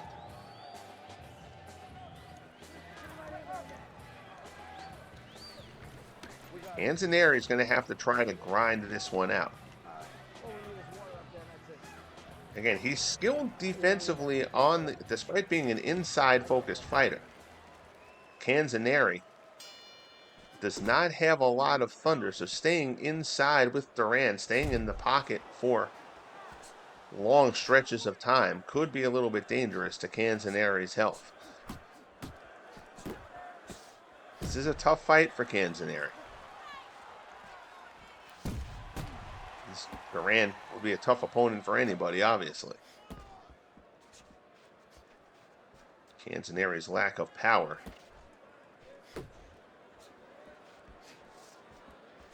certainly a disadvantage here.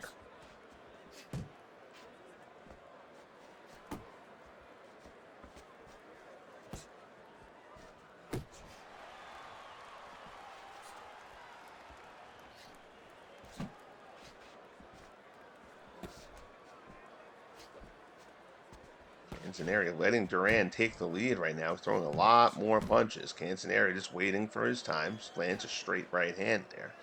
Fighters tie up briefly. Another short shot from Canzoneri. He's got Duran missing at the moment here in round number 3.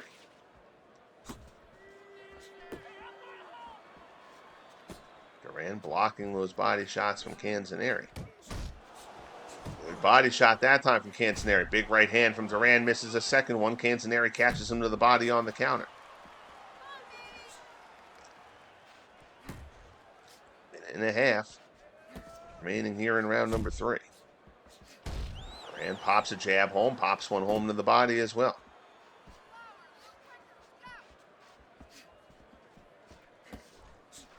Canzoneri again in the corner. Slides along the ropes, evades the right hand from Duran, lands a counter, spins himself off the ropes, and gets himself back out towards the center. Now Duran fighting off the ropes.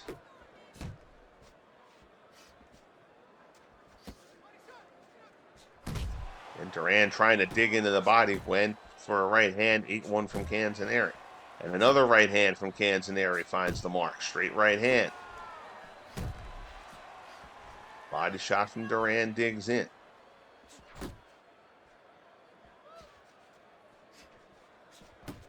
Canzoneri does have Duran missing a lot in this third round.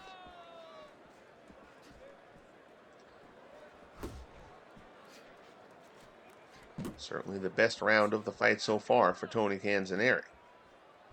He still needs to land more punches more effectively.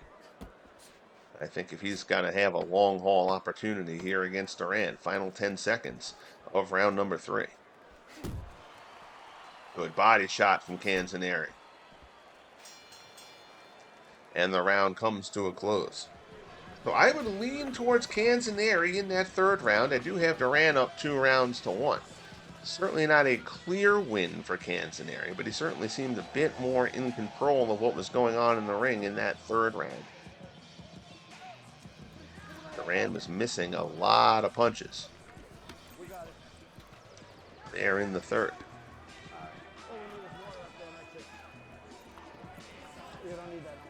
Neither corner seems particularly unnerved by where their fighter sits at the moment. As we prepare for round 4, we'll check in with Teddy, see where Mr. Atlas sees the fight. He's got Duran up 2-1, although he actually flipped rounds 2 and 3. He gave Canzoneri that second round, gave Duran the third.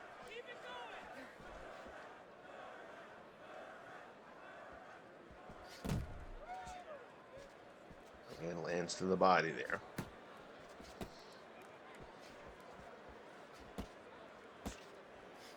Jabs from Duran coming up short. Canzoneri defending well. Good right hand from Tony Canzoneri. Body shot, the left hand lands from Canzoneri. Duran with that right hand a little bit high, left the body open. Canzoneri found a mark for it. And another body shot from Canzoneri. So Canzoneri perhaps now finding a little bit of a hole in the armor of Roberto Duran. Going for counter shots to the body.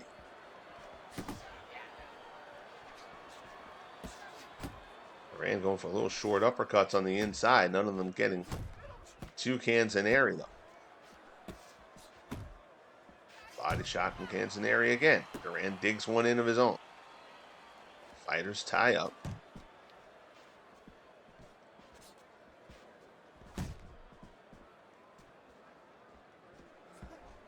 Up on the midway point of round number 4.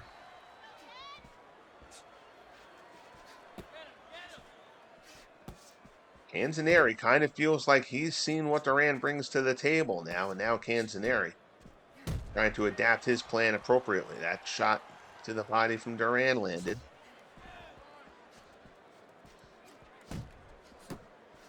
Duran throws a lot of punches with vicious intent.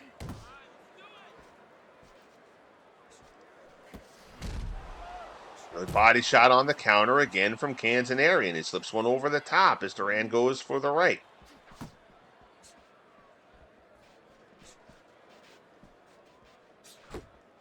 Inside 50 seconds left here in round 4. Right hand from Canzoneri lands. Duran lands a body shot in response. Both fighters missing there. Duran tries to get a hold of Canzoneri. Canzoneri won't let him.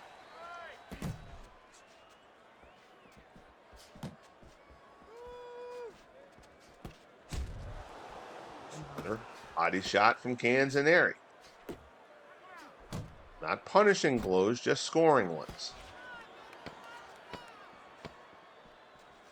Final 10 seconds here of the fourth round. Swinging right hand from Duran misses the mark. And Tony Canzoneri with another solid round there. So, if my scorecard meant anything, which as we've already established, it certainly does not, I have this fight 2 rounds apiece through 4. Canzoneri certainly seems to be finding his way here. We're going to see now if Duran. Seems like Canzoneri has adapted to Duran a bit. Now we're going to see if Duran can adapt to how Canzoneri is fighting at the moment. You know, everybody thinks of, the hands of stone, the powerful Roberto Duran. Roberto Duran was a very good, technical, solid fighter. You know, he wasn't just, this powerful guy. Duran could certainly get hit. But he had a very good chin. And Canzoneri is unlikely to hurt Duran in the course of this bout. And Duran, very good beard, despite taking one of the most savage knockouts I've ever seen. Thomas Hearn's knockout of Duran is one of my favorite knockouts of all time. Check that one out on YouTube if you have the opportunity.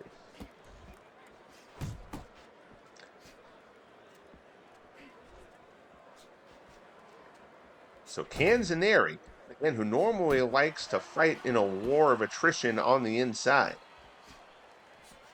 has adapted to fighting a little bit more at a distance here against Duran. And right now, it seems to be working pretty well for Canzoneri. Duran's going to have to find a way to close this distance a bit.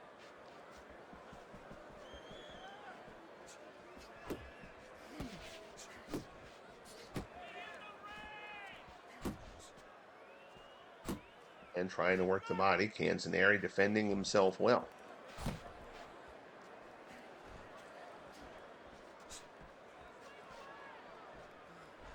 Simply, Duran is just not landing much right now. Canzoneri is defending himself brilliantly. Great jab there from Duran lands. Uppercut, partially blocked by Canzoneri.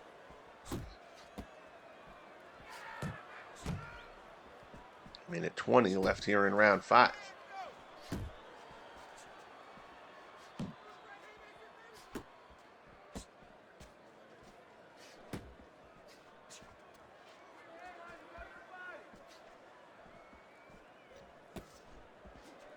And trying to get inside, eats a straight right hand from Canzoneri there. Tries to get a hold. Canzoneri won't let him. So Canzoneri has adapted to Duran at the moment. Canzoneri looking very solid. Duran hasn't landed a meaningful blow in a couple of rounds.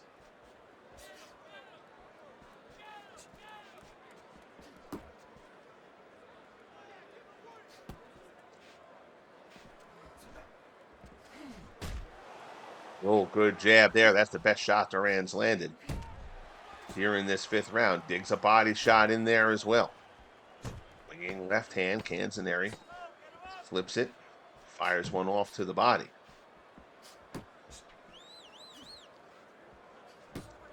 Duran has to ramp up the pressure here. So round 5 comes to a close. I've got that round for Canzoneri as well. So I've now got Canzoneri up by a round. This is a good fight. These are fairly close rounds. But it just feels like Canzoneri has started to kind of take control of the tempo of this fight. And he's kind of dictating the terms. And we have to see if Roberto Duran can counter that and start taking control back. He needs to turn this fight ugly, and right now Canzoneri is not letting him do it.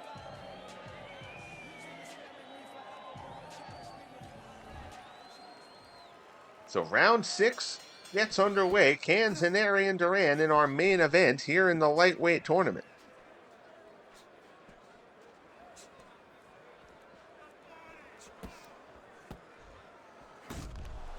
Good body shot from Duran. Oh, that one shook Canzoneri. Canzoneri back against the ropes. Duran trying to dig into the body again. Canzoneri trying to cover up. Duran just works the body again. Lands another couple of shots on Canzoneri. That was the best shot of the fight for Roberto Duran. Canzoneri lands a body shot there, but Duran keeps on coming.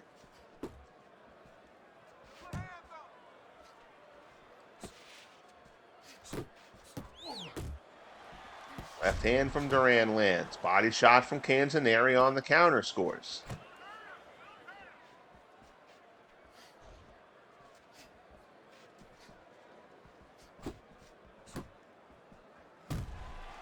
Another body shot from Duran finds the mark. Duran kind of bobbing and weaving as he comes in. Finding some success to the body here in round 6. Body shot from Canzoneri scores. Slips the jab from Duran. Good body shot from Canzoneri. Duran again trying to keep that ring cut off. Good counter from Canzoneri underneath the straight right hand from Duran. Body shot from Duran lands again. And another body shot from Duran. And another. Duran digging away to the ribs of Tony Canzoneri here in round number 6. Canzoneri clutches hold. Duran pushes him off. Good work in this 6th round from Roberto Duran.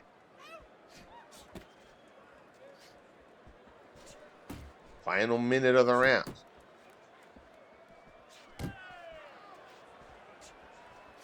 Duran is getting himself inside much better in this 6th round.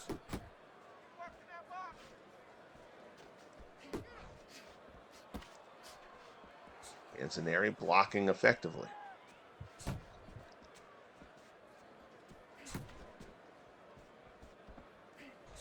30 seconds remain.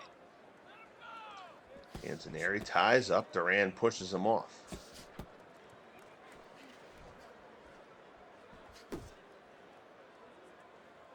Now it's Duran who takes hold.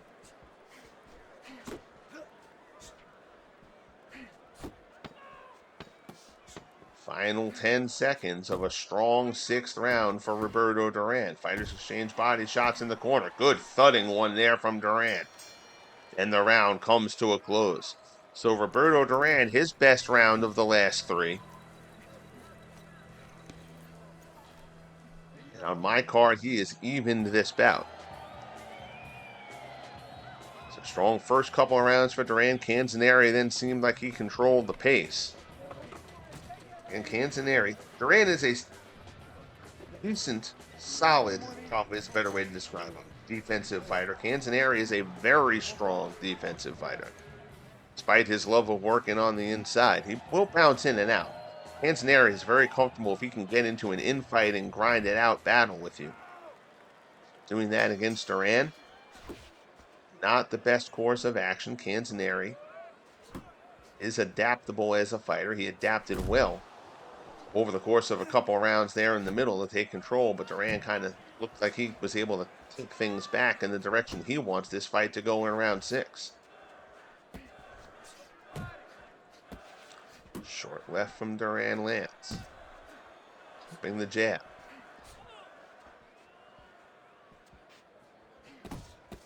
We thought this would be a good fight, and it has not disappointed to this point.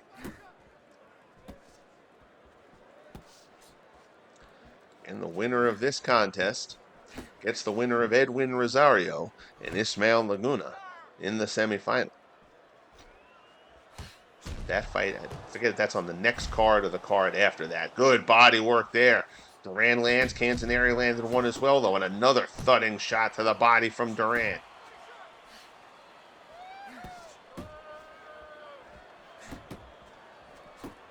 Canzoneri can go all night.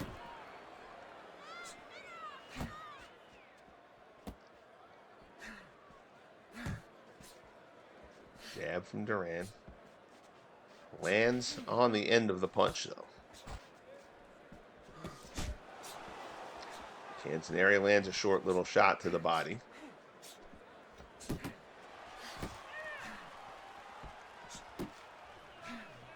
Canzoneri. It's Duran fighting off the ropes. Duran comfortable. Winging left misses. Canzoneri slips it. Canzoneri's punch volume seems to have declined here. Only that's a matter of being tired. He's just trying to kind of more pick his spots and focus on defense as Duran has ramped up the aggression a little bit. Body shot from Canzoneri scores. Again, not punishing shots, but just easy for me to say it's not a punishing shot from the microphone at ringside. But just scoring. Trying to take the round on points. Coming up on 30 seconds left in round 7. After the round, we will check in on the Teddy Atlas scorecard once more for the last time of the evening.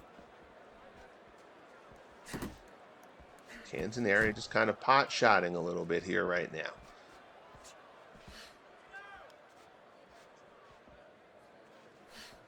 Duran seems to be a little bit more cautious. Trying to be a little more economical right now. Perhaps trying to catch his breath a little bit. Good right hand there from Duran. Over the top. Canzoneri tried to get that jab out there, and Duran went over the top of it and scored a good right hand. Canzoneri lands a counter body shot to close out the round. So a fairly balanced round 7. I still think Duran probably landed the more meaningful blows there, but that round could go either way. I've got Duran up by a point through 7. Some ring card girls, which you will never see again in a boxing game. Fear of getting canceled. But if the absence of fictional women bothers you, you probably got bigger issues to have. So Teddy has Duran up 68-65 at this point. He's got it 5 rounds to 2. So he's given Duran one more round than I have. I have it 4-3. Either way, though, Canzoneri's certainly in this fight, although if he's down 3, and Teddy is correct there, Canzoneri would basically need to sweep these 3 rounds to get himself a draw. Canzoneri working the body as Duran goes into the corner. Canzoneri tries to dig in again. Another body shot, that one off the belt line. And a good left hand to the body there from Canzoneri. Right hand over the top from Duran. Lands, but it's partially blocked. Didn't get him clean. Duran trying to stalk Canzoneri down a bit now. Good jab there from Canzoneri. That one was on the button.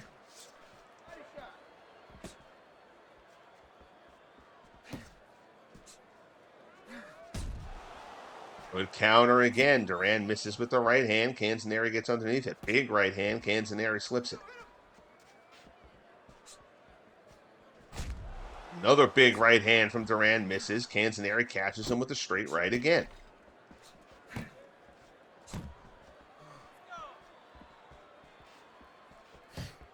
Tony Canzoneri looking like the fresher fighter here in round number 8. Duran trying to land something of purpose has been unsuccessful through the midway, well, past the midway point of this 8th round.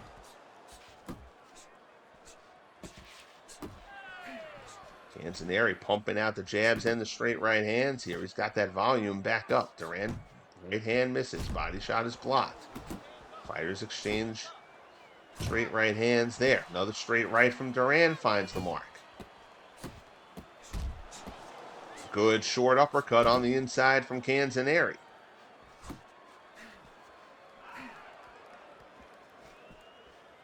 Lots of action here in this 8th round. Now it's Duran trying to stalk Canzoneri across the ring. Canzoneri letting him come.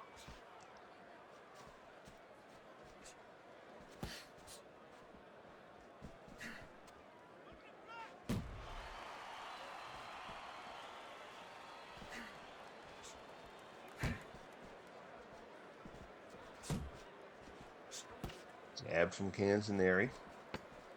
And straight right falls short. Final 10 seconds of round number 8. Good round here for Tony Canzoneri. And the round comes to a close. Canzoneri spins around. You can tell by a fighter's step. Canzoneri, the way he turned there at the end of the round to go back to his corner, Canzoneri knows he did good work there. So on my card, this fight is tied through 8 rounds. Not sure if our 3 judges at ringside agree. Again, Teddy had Duran up 5-2 through 7. I had Duran up 4-3 through 7. Got to think that was a pretty clear Tony Canzoneri round. So we head to the final 2 rounds of this lightweight quarterfinal matchup. Canzoneri and Duran, they meet out at ring center. Straight right from Duran. First blow of purpose to land in round 9.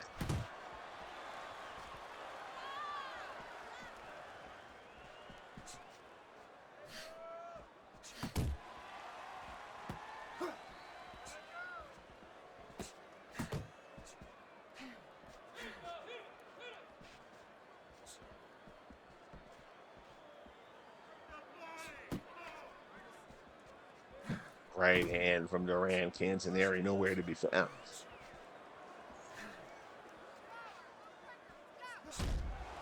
Uppercut misses from Duran. Canzoneri counters with a body shot. Duran's land percentage has plummeted over the last several rounds.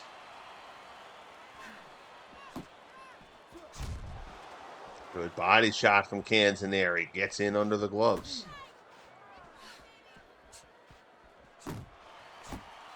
Straight right from Duran lands.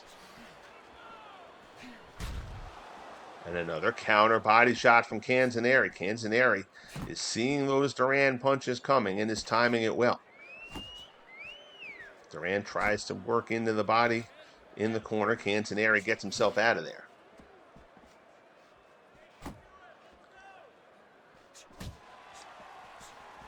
Right hand from Duran. Scores.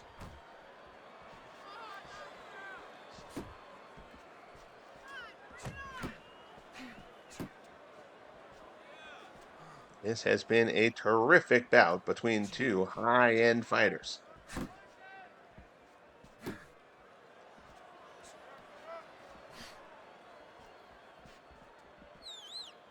And Canzoneri has a bit more experience. Remember, we talked in the intro, if you're talking about the title bout setup, Canzoneri, this is prime Canzoneri and pre-prime Roberto Duran,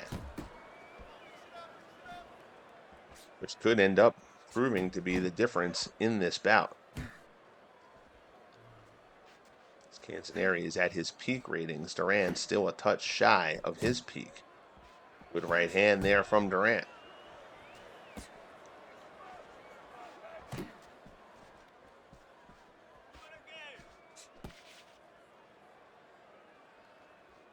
Fighters tie up briefly and separate.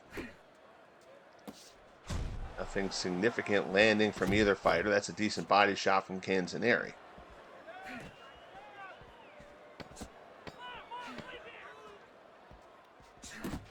Final 10 seconds of round number 9. And I'll tell you, I think Tony Canzoneri may find himself ahead in this bout. Duran swings and misses after the bell. Canzoneri spins away. Tony Canzoneri seems like he's feeling pretty good right now. Senses Duran might be a little bit frustrated. Again, Duran just not landing at the clip he was early in this fight. So we head to round 10. This is certainly a close fight. However, whichever fighter you kind of feel has the upper hand, it is not a significant upper hand. I have Canzoneri up by a round. We head to round 10. Canzoneri and Duran meet out at ring center, and away we go. Jab from Duran lands. Uppercut from Canzoneri lands.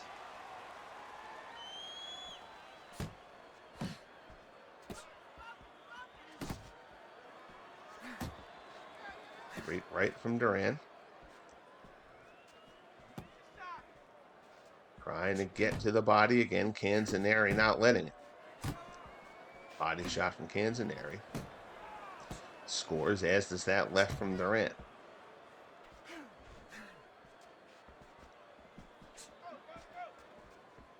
Let's see if these fighters open it up here in this 10th round.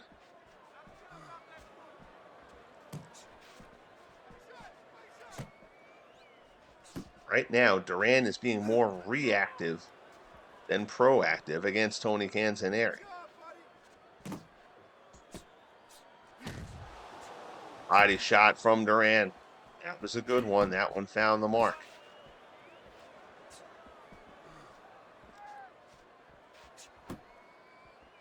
Right hand from Duran misses. Minute 50 remaining in the fight. Left from Duran misses.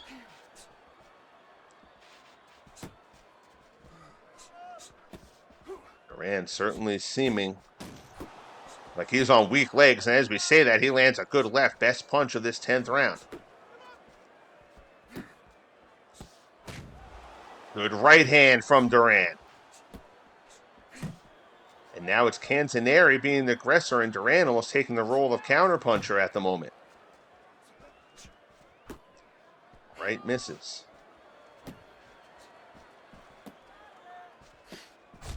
Canzoneri blocks punches from Duran, lands a body shot on the counter.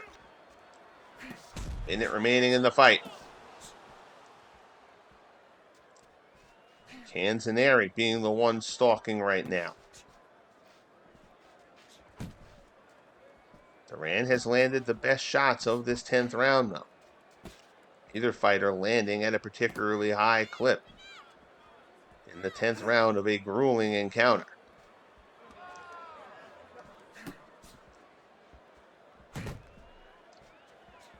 Duran lands the jab there.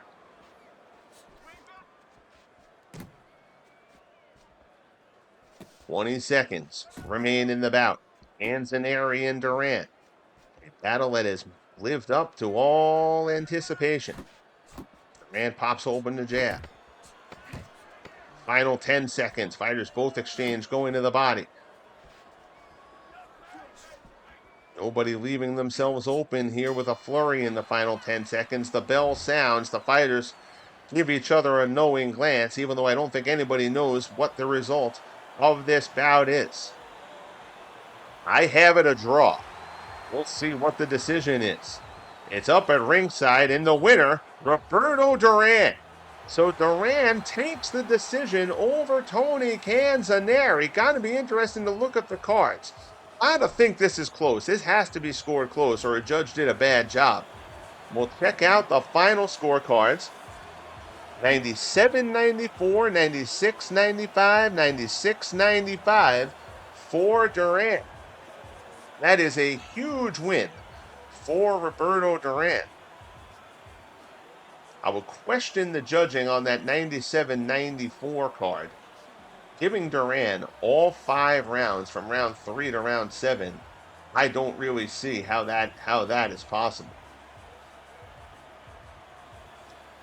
Again, I had it level. I have no problem with either one of these fighters coming out of there with the decision. But there is no way that Duran won all 5 rounds. Rounds 3 through 7. But the hands of stone advance. A frustrating loss for Canzoneri. Canzoneri is going to be around. Again, Canzoneri had the land advantage. You look at the stat advantage, he had that. Duran did land more punches over the course of the fight, but not by a huge measure. 26 more punches landed for Duran. But certainly a pretty even bout. Canzoneri's percentages on everything other than his jab were really higher than what Duran's stuff was. Again, boxing statistics are always kind of a little bit, I'm a stat guy. I admittedly get a little bit too hung up on that sometimes with boxing, I admit. It's such an imperfect calculation thing with boxing, and it's effective punching and all that kind of stuff. So the stats tend to not really tell you the whole story in a boxing match. I certainly concede that point. But the stat that matters, 3 scorecards, favoring Roberto Duran, who advances to the lightweight semifinal. So that will wrap things up from ringside. I greatly appreciate you tuning in, as always, here on the Legend Sports Universe. Bang that like if you haven't as of yet. Subscribe if you haven't as of yet to keep up with the Franchise Stars Baseball League playoffs, the Franchise Stars Basketball Association playoffs, and our next boxing card, which should be up sometime next week with the main event of Ricky Hatton and Nicolino Loesch. Until then, be good to each other, and we'll soon.